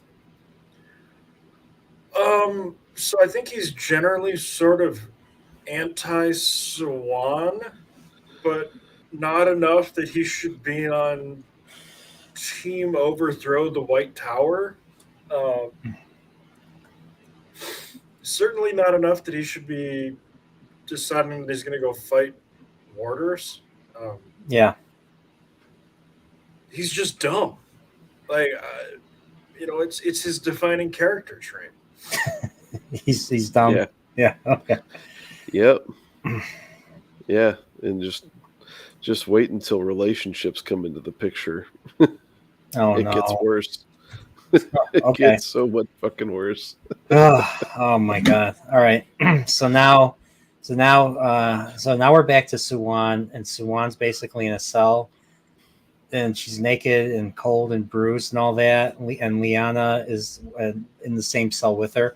And I think wasn't there like a vision of her being naked in Min's vision, if I remember correctly. Yeah. So. Yep. And so the big thing that we find out here is that they've both been stilled. They are stilled. They can no longer, they can feel the one power, but they cannot touch it. So it's like having an itch you cannot scratch. And because of that, well, apparently according to this, people generally don't last long being stilled. And I like the fact that the chapter really explores that, and that there is a way to fight that, but it hasn't really been successful. But for like a lot of people, it's you have to find something that you really can latch onto and basically finding meaning in your life in a way that can fill that hole, so to speak. So like getting married, having a family, or finding a purpose, finding a real purpose that's stronger than the need to channel, I guess. I think that's what they were trying to say. Yep. So it's a good thing. It's a good thing modern entertainment is not one of those things in this world, because we're watching their own adaptation, because they would probably off themselves right away. Yep. Yeah. Okay, that was not a good joke. I admit that. So now we're back to Min, and Min basically teams up with the head mistress of the kitchens herself to basically free Suwan and Liana from the cages, from the cells and all that. And then she basically finds out that they've been stilled, and that it's a big game changer. Like she's like, I went from being the most powerful woman in the world to being, nothing, basically, to being someone that will probably have to sleep under a bush and depend on farmers to work and to eat and all that. So all that stuff, it's interesting how like she kind of forgot the feeling of fear, I think is how they put it. Wait, I need to look. I forgot how it was put, but like, here's a question I have that was confusing. So when a person gets stilled, when a woman gets stilled, so do they revert back to what they were, the age they were when they took the oaths and all that? So they lose their ageless future and they look like they're kids again, and then they just age normally. Mm. So this is kind of a spoiler thing you're going to find in the future, but generally, yes, they appear much younger. They appear, I think I could say this, they appear how they would have had they not taken the oaths.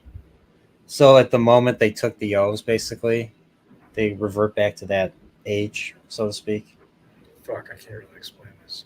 All right, don't worry about it. Read and find out. This is what the chapter has said. So the chapter said that they look younger, and that they bring up, do they age normally? And I think Suwan says no one has lived long enough to find out. Yep. So, yeah. So, yeah. So but that ageless feature, like, goes away. I mean, it's yeah. That would be hard to describe. Because like the ageless, like they don't look young, but they don't look old either. And I just see it as a maturity, but just without the lines on the face. I guess I don't know. Yeah, like it's all in the eyes, like as Rand said in the last stream. It's all in the eyes. So what the eyes of saying? It's just got to read the eyes to see that agelessness. I guess I don't know. yeah. So kind of like if you ever watch like anime, so like like the younger characters, the more innocent characters have the wider eyes and all that. the way they show the innocence, and then older characters who are less innocent that don't have the wide eyes. I don't know. Yep. That's just an idea. That's an idea just pulled out of my ass. So, Yeah, it works. but yeah, so they make a jailbreak. They make a jailbreak right here. So, so apparently, so they give clothes to the ladies to make them look like they're just I think what not beggars, suitors or something, because there's just a lot of suitors hanging out outside the White Tower. And so they're trying to get through the White Tower, and all of a sudden, like Elida passes them. Elida and Alviarin and a whole bunch of Red Sisters are passing. So apparently, all the Blue Aja are dead. So like anyone associated with like the Blue Aja are all dead or have fled or something. And yeah. There are none left in the tower, but they. This kind of really exemplifies how much hatred there is between the blue and the red Aja. It seems like the red, the red. So the blue was kind of in charge of the tower. Now it seems like the red kind of took over. The red took over with backing from the black. I'm assuming so. Yep, pretty much. So so luckily, because they can no longer be spotted. They can no longer be spotted for channeling the one power, so they can hide better. So like you said, like they said in the chapter, there are positives to being stilled. there are some positives to being stilled. There's pros and cons to everything. And being still makes no difference, even if you're stilled and all that. So,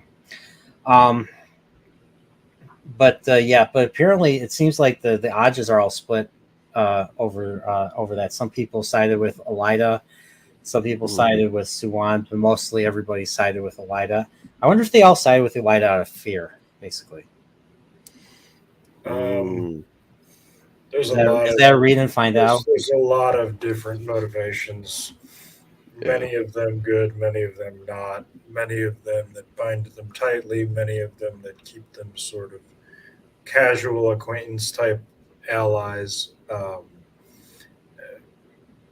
It's a complicated situation. Okay. Yeah. There are magical elements to it, and then there's also political elements to it. Both. Yeah, and I like how Min tries not to tell Suwan or anything about what's going on, just to not to upset her, and B, just to get them to leave, so that way they can leave and all that. So they get to the stables and they find Bella. So Bella, we haven't seen Bella in a while, so Bella's there, and the moment they try to ride, Gawain catches up, and his face is full of blood, like I said earlier. So just like in Min's vision, and he puts a sword to Suwan's throat and just asks. He finally gets the answers he's asking for, or does he? Suwan still lies to him. She tells him that Elaine and Egwene are in Ilion, being under the tutorship of an Aes Sedai. I don't remember the name of the Aes Sedai and all that. And I forget what else he asks. I forget what else he asks about them, but she's just like, yeah, they're safe. Don't worry about it. She's like, they're safe. And she's like, if you're going to keep holding this blade, if you're going to do it, just do it already. Kill me. Cut my head off. If you think I'm a dark friend, cut my fucking head off, because that's what I think. I think there's like posters going around saying that the Suwan is a dark friend. Suwan and Lyanna are a dark friend. So I think I lost that bet. So I don't know. And Nathan, maybe you remember. Did I say, or Alex, did I say that Lyanna? Did I think Lyanna was a dark friend? Hang on, I'm pulling it up right now. Oh, you got it? Okay. Corporeal Aes Sedai guesses. Which one did you want to know?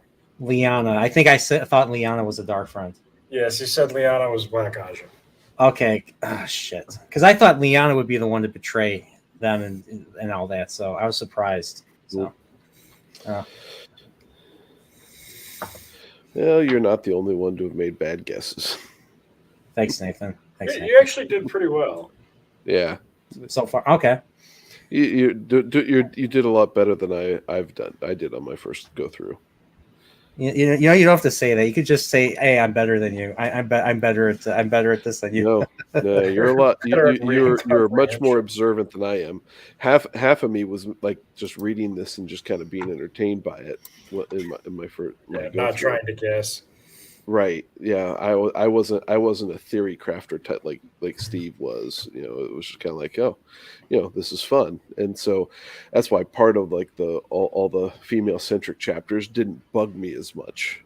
Yeah. You know, now I'm sitting here going through these, and I'm like, man, these bitches are annoying. I definitely, my first read through, I was certainly like, and then Aes Sedai, whose name started with an A, did this. And I'm like, really interesting. She did that. And then Aes Sedai, whose name started with an S, did the next thing. Like, fascinating. I'm not remembering your names. You're just going to continue to just be Aes Sedai number 7. But like, you know, that's Right. look. Yeah, and then there's this name unless and then Rand there's- kills you, I'm not gonna care. And then there's this name I keep hearing about that shows up much later, Cad Swain. Cat Swain, yes. I actually like Cat Swain. Fuck Cat Swain. She is an intolerable bitch, but I like her for it. You know, she's she's oddly enough doesn't bug me.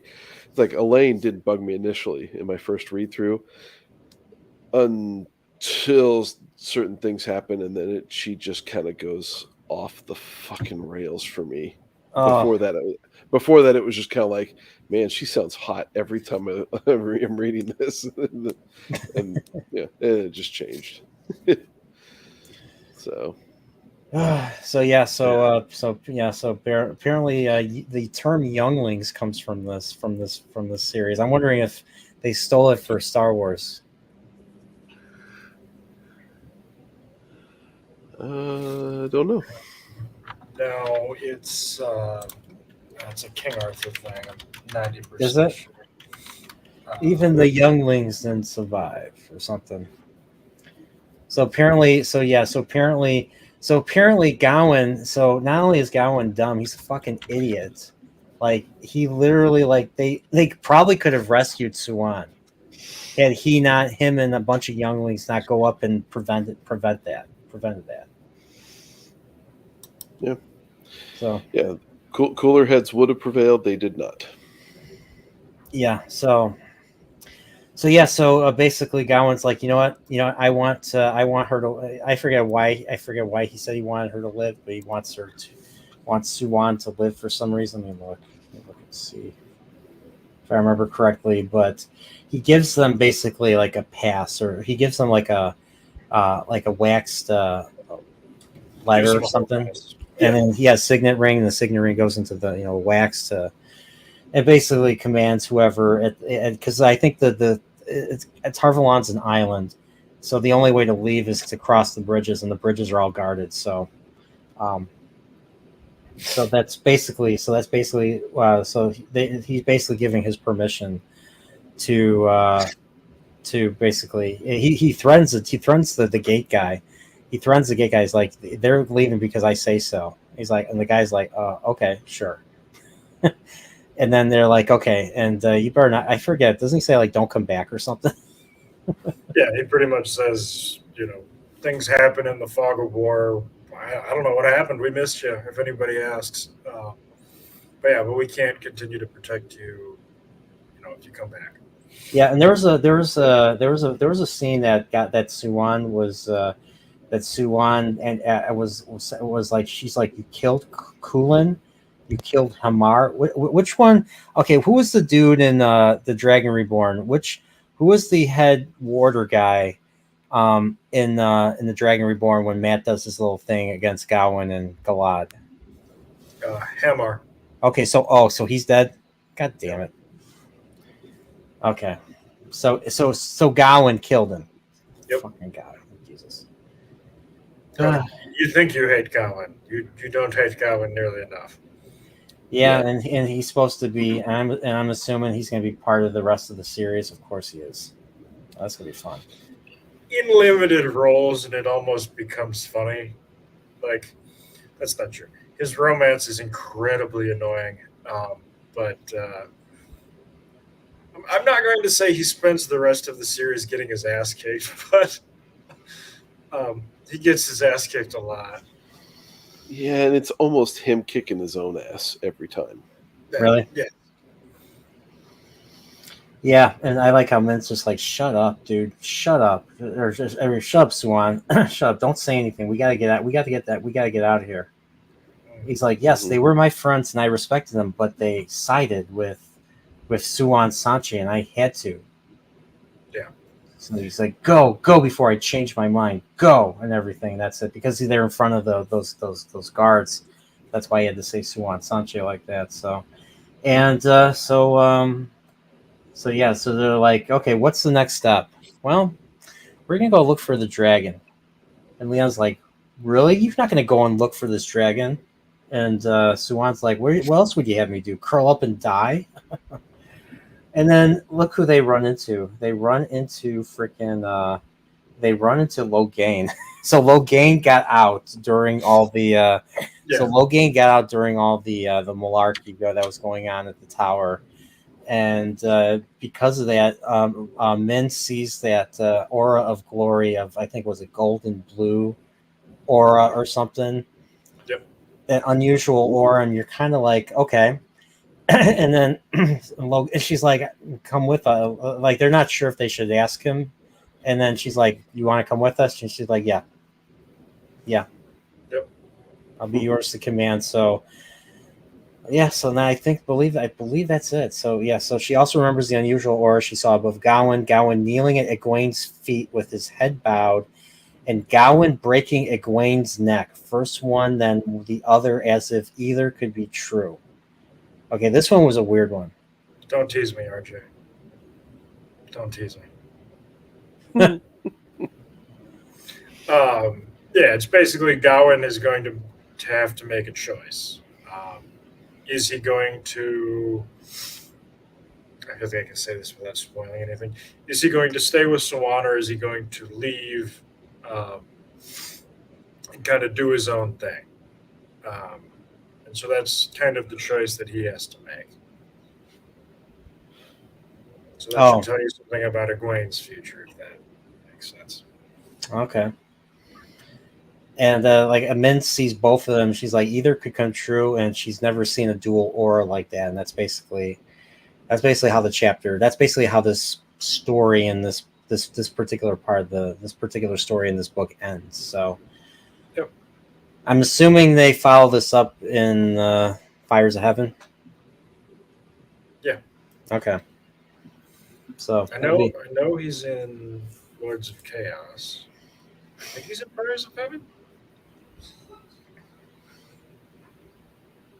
I don't remember off the top of my head. I'd have to look. So yeah, so that's it. That's a stream. We did this for 3 hours. so yeah, so we got through it. So I only have 10 chapters left. I think it's 10. There you go. Or 11 chapters. Sorry, 11 chapters. So yeah, so the plan is to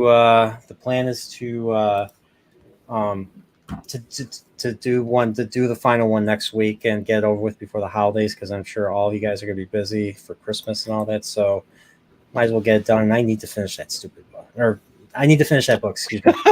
Sorry. Watch your mouth. Yeah, I'll do better. I'll do better. So, so any final thoughts? Any final thoughts about this particular block of chapters? Just a rock solid section. This is Perrin. Perrin becoming a man happens here. So that's good. The girls are annoying, but that's how they pretty much always are. Yeah, but then and you have the Rand chapters that we didn't discuss that were discussed last week. I mean, it's Rand, Matt, and Perrin. It's their story. They are finding out the depths of their roles and how much of a difficult time they're going to have in stepping up to these these things that they have to step up into. They're starting to find that out. Yep. So I think out of all the chapters, I mean, I thought the chapter 47, the game-changing chapter, was not bad. It was compared to other big game-changing moments and stories, it's about average in my opinion. So I did feel something, but I didn't feel like that. I just, my opinion, I didn't feel like there was not as much tension as I thought there was going to be in this chapter. So the Veils one was the Tanchico ones were pretty much not my favorite at all. The only thing that was interesting was the Forsaken that showed up at the end of Veils. So, but yeah, the best part of these chapters was definitely Perrin's story and all that. Especially the later chapters when he is wounded and he cannot do everything himself. That just brings up the stakes, and then he has to deal with loss. He has to deal with losing men and dealing with scared people, looking to him for leadership, looking to him to deliver them out of this situation. So yeah, well, and like you can tell which plot lines are the ones that are really moving the story, because they move the story. And there are chapters and elements in there with the women that do move the story, and those are the more engaging ones for them. But the ones that involve Matt, Perrin, and Rand are the ones that truly engage. And so when the White Tower falls, I think it's a pretty good chapter, but because there's action in there, it does move that portion of the story forward. But it's an insulated portion of the story. It doesn't, it has a wide ranged impact, but it's not the big thing of this book. yeah, that's what I thought. So, Yep. But yeah, but yeah, out of all the Perrin chapters, I think the one I really liked 44, the Breaking Storm, and I really liked the Tinker's Sword. Like I couldn't put the book down for those chapters. So those chapters are up there. What's up? I just love how he treats Aram. It just, yeah. He's like, no, he's got to be his own man. Get over it, Mom. Well, here's the thing. At first, when he's being treated the first time in I think 42, and Aram just sticks his head in, just being typical Aram, and he's just like, go away. He's just like, Aram, leave me alone. I don't want to deal with you.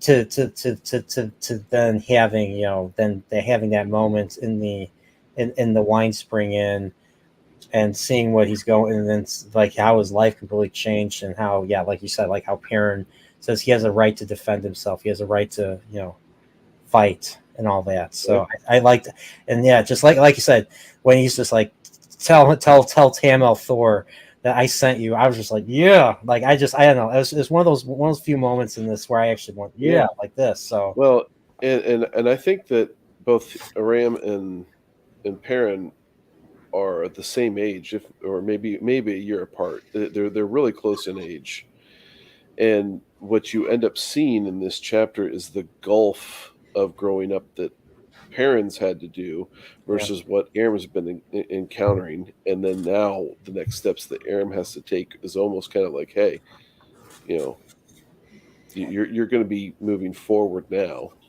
And I got a question. Now this might be a very broad question. This will probably be a read and find out too. But based on what you just said about Aram, a lot of people having to grow up. This last battle, I know we're going way down the line. This last battle is going to be involving everybody, right? Everybody. The last battle will include, like everybody's going to have to step up. Everybody's going to have to grow up. There's going to be no, read and find out. We cannot answer this safely. Yeah, I know. It's fantastically multifaceted. And just so you know, the last battle is a 200-page chapter. It's more than 200 pages. I looked. It's like 250. Chapter 37 of A Memory of Light. It's a big absolute banger. So it rocks. it's when I think about that, it's a shame that Robert Jordan himself couldn't write that chapter. So I mean, I think he did. I think a lot of it. Yeah. You think so? Mm-hmm. Okay. There were big swaths of all three of the last books that Robert Jordan had already authored, and so Sanderson didn't touch much of it. Okay, I do. What was the other question? So I got a question. Had Jordan not found out he was sick, do you think he would have written more books than, or do you think after book 11 would have led to the final thing, the final act of the story? So you'll get to it. What you'll discover is that book 11 is kind of, for the first 10 books, everything is widened. And then book 11, it sort of starts to narrow. And then in book 12, Sanderson just jammed it all up and really narrowed it down. And then, all right, in 13, he kind of sort of started to add some of his own stuff in it. And then in 14, it really kind of narrowed down and came to a point. Okay. Yeah. Interesting. And Jordan did have two other prequel books in the works too. Yeah, I know. I think one was supposed to be with Tam. Yeah. It's a shame. It's a real shame. I would have loved the shit out of that book. Right. Instead, we got New Spring. Yeah. Yeah. It's not New Spring sucks. Okay, New Spring gargles balls. Let's just call a spade a spade. All right, I want to read this that Gadfly mentions that I think is very relevant. Aram is a classic case of individual who experienced no real struggles in life, no real hardships, getting a ton thrown at him at once. He hasn't built up his ability to deal with crises and breaks. Yeah. Yep. And even Elaine's chapters are set up for a much, much later book. Read and find out, says Chris. Is this true, Alex? Last Battle chapter is bigger than the first Harry. Holy shit! Really? Wow. Yeah. The first Harry Potter book is 300 pages. In terms of word count, it might be bigger than the second book too. I could be wrong, but it's close. The second book's only 30 pages longer than the first book, if I remember correctly. Oh, is it? Okay. What's weird is I'm weird about that. I actually remember the page count of each of the Harry Potter books. Book 5 is still the longest. So 860 pages, I think, or 830. Yeah, 830 was, or 804. I forget what it is. 830, 840 was Order of the Phoenix. Yeah. So Staple Bow has it right on that last comment. New Spring is all right. It's not remotely close to being his best, but it has its moments. And that's the book that Rafe likes, right? That keeps just drawing ideas from. I have no fucking clue what he likes, and I don't give a shit.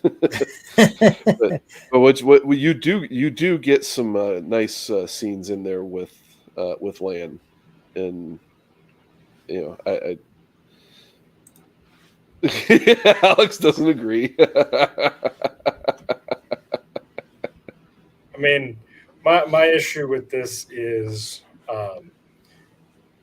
the character damage that book does to Moraine is low-key wild.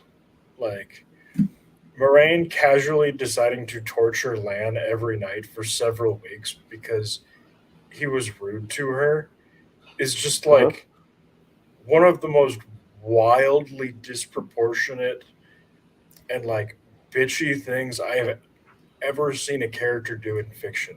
Like a good guy. And it makes me not like her at all. Yeah. But and then the next time you see her is 20 years later. Yeah. I get that. I mean, I get the difference there. You know what's funny? Yeah. You're gonna find this funny. I keep forgetting that book exists. like I think Wheel of Time. I think 14 books. I don't think of Wheel of or was it right? Not Rite of Spring. That's a New that's a Spring. musical. New Spring. Sorry. Yep.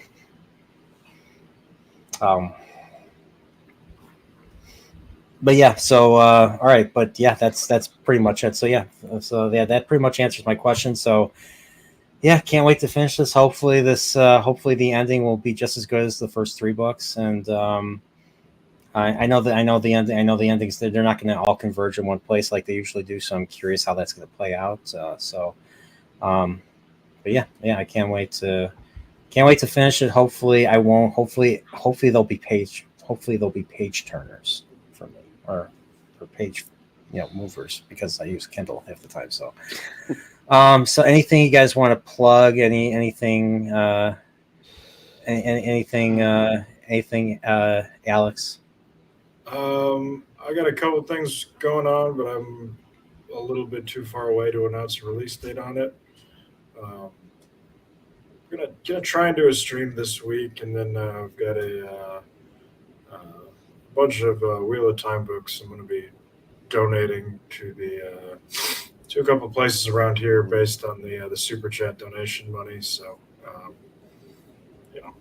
hopefully I don't know somebody I don't know maybe Lady B will force me to make a short or whatever the fuck that thing is of that. So keep an eye out. Hi George. Yeah, nope, that's about what I got going on. Your cat's name is George? Yep. Okay. Nice. What about you? What about you, Nathan? I think I'm on some guy's channel again on Friday. Thursday. No, it's Friday. Is it Friday? Yeah, we read to Friday. Can't be Thursday. I'm totally I'm can't. That's mine and my daughter's birthday, so I can't. Oh, okay. So okay, all right. Yeah. So all right, then it's Friday. Then it's Friday then. Yeah. now it's Friday, I guess. It's good we had this talk. it's a very good thing we had this talk. Yeah. Happy. So yeah. Happy birthday. Yeah, thank you. Good old 45, yay. And daughter turns 17. It's crazy. But yeah, so that's then I'll be on Lady B's channel Sunday for the Akala Bet, and then back here Sunday night for the conclusion of TSR. Yep. So thanks Nathan. Hopefully we'll definitely want to see what that Eye of the World script adaptation that you're supposed to do. Oh jeez, I totally forgot about that.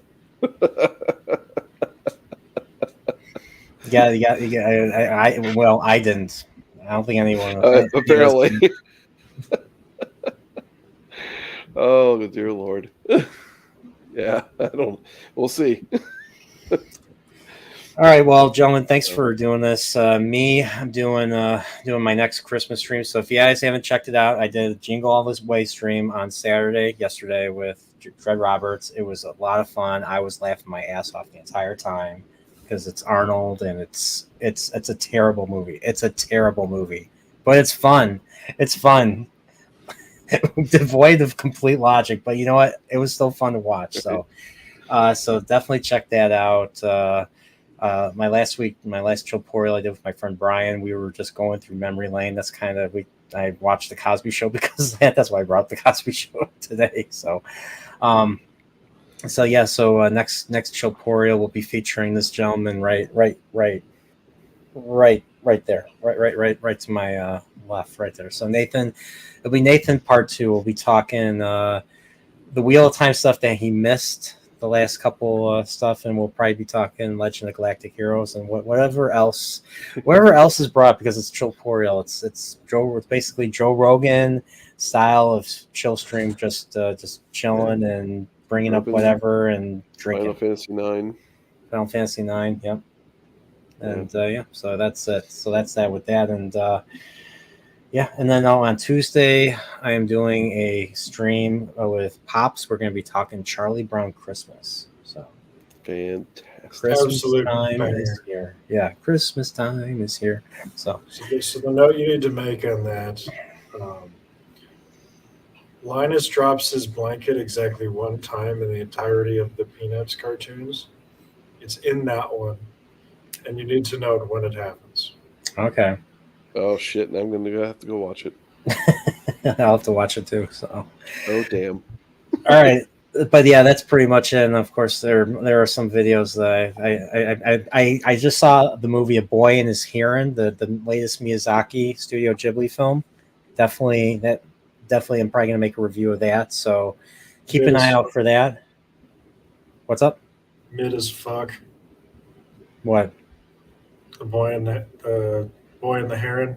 did you see it? I did. I started Japanese. So did I. So did I. So it was. I'll talk A about movie. it. Yeah. Look, I'll talk hate about it. I hate to do it to him. I love him, Miyazaki, but man, that movie was mid. Yeah, I'm trying to put together what the hell was going on half the time. Which was the biggest problem with it. There were no rules. There were no stakes. It was just a sequence of things that happened with little to no connective tissue at all.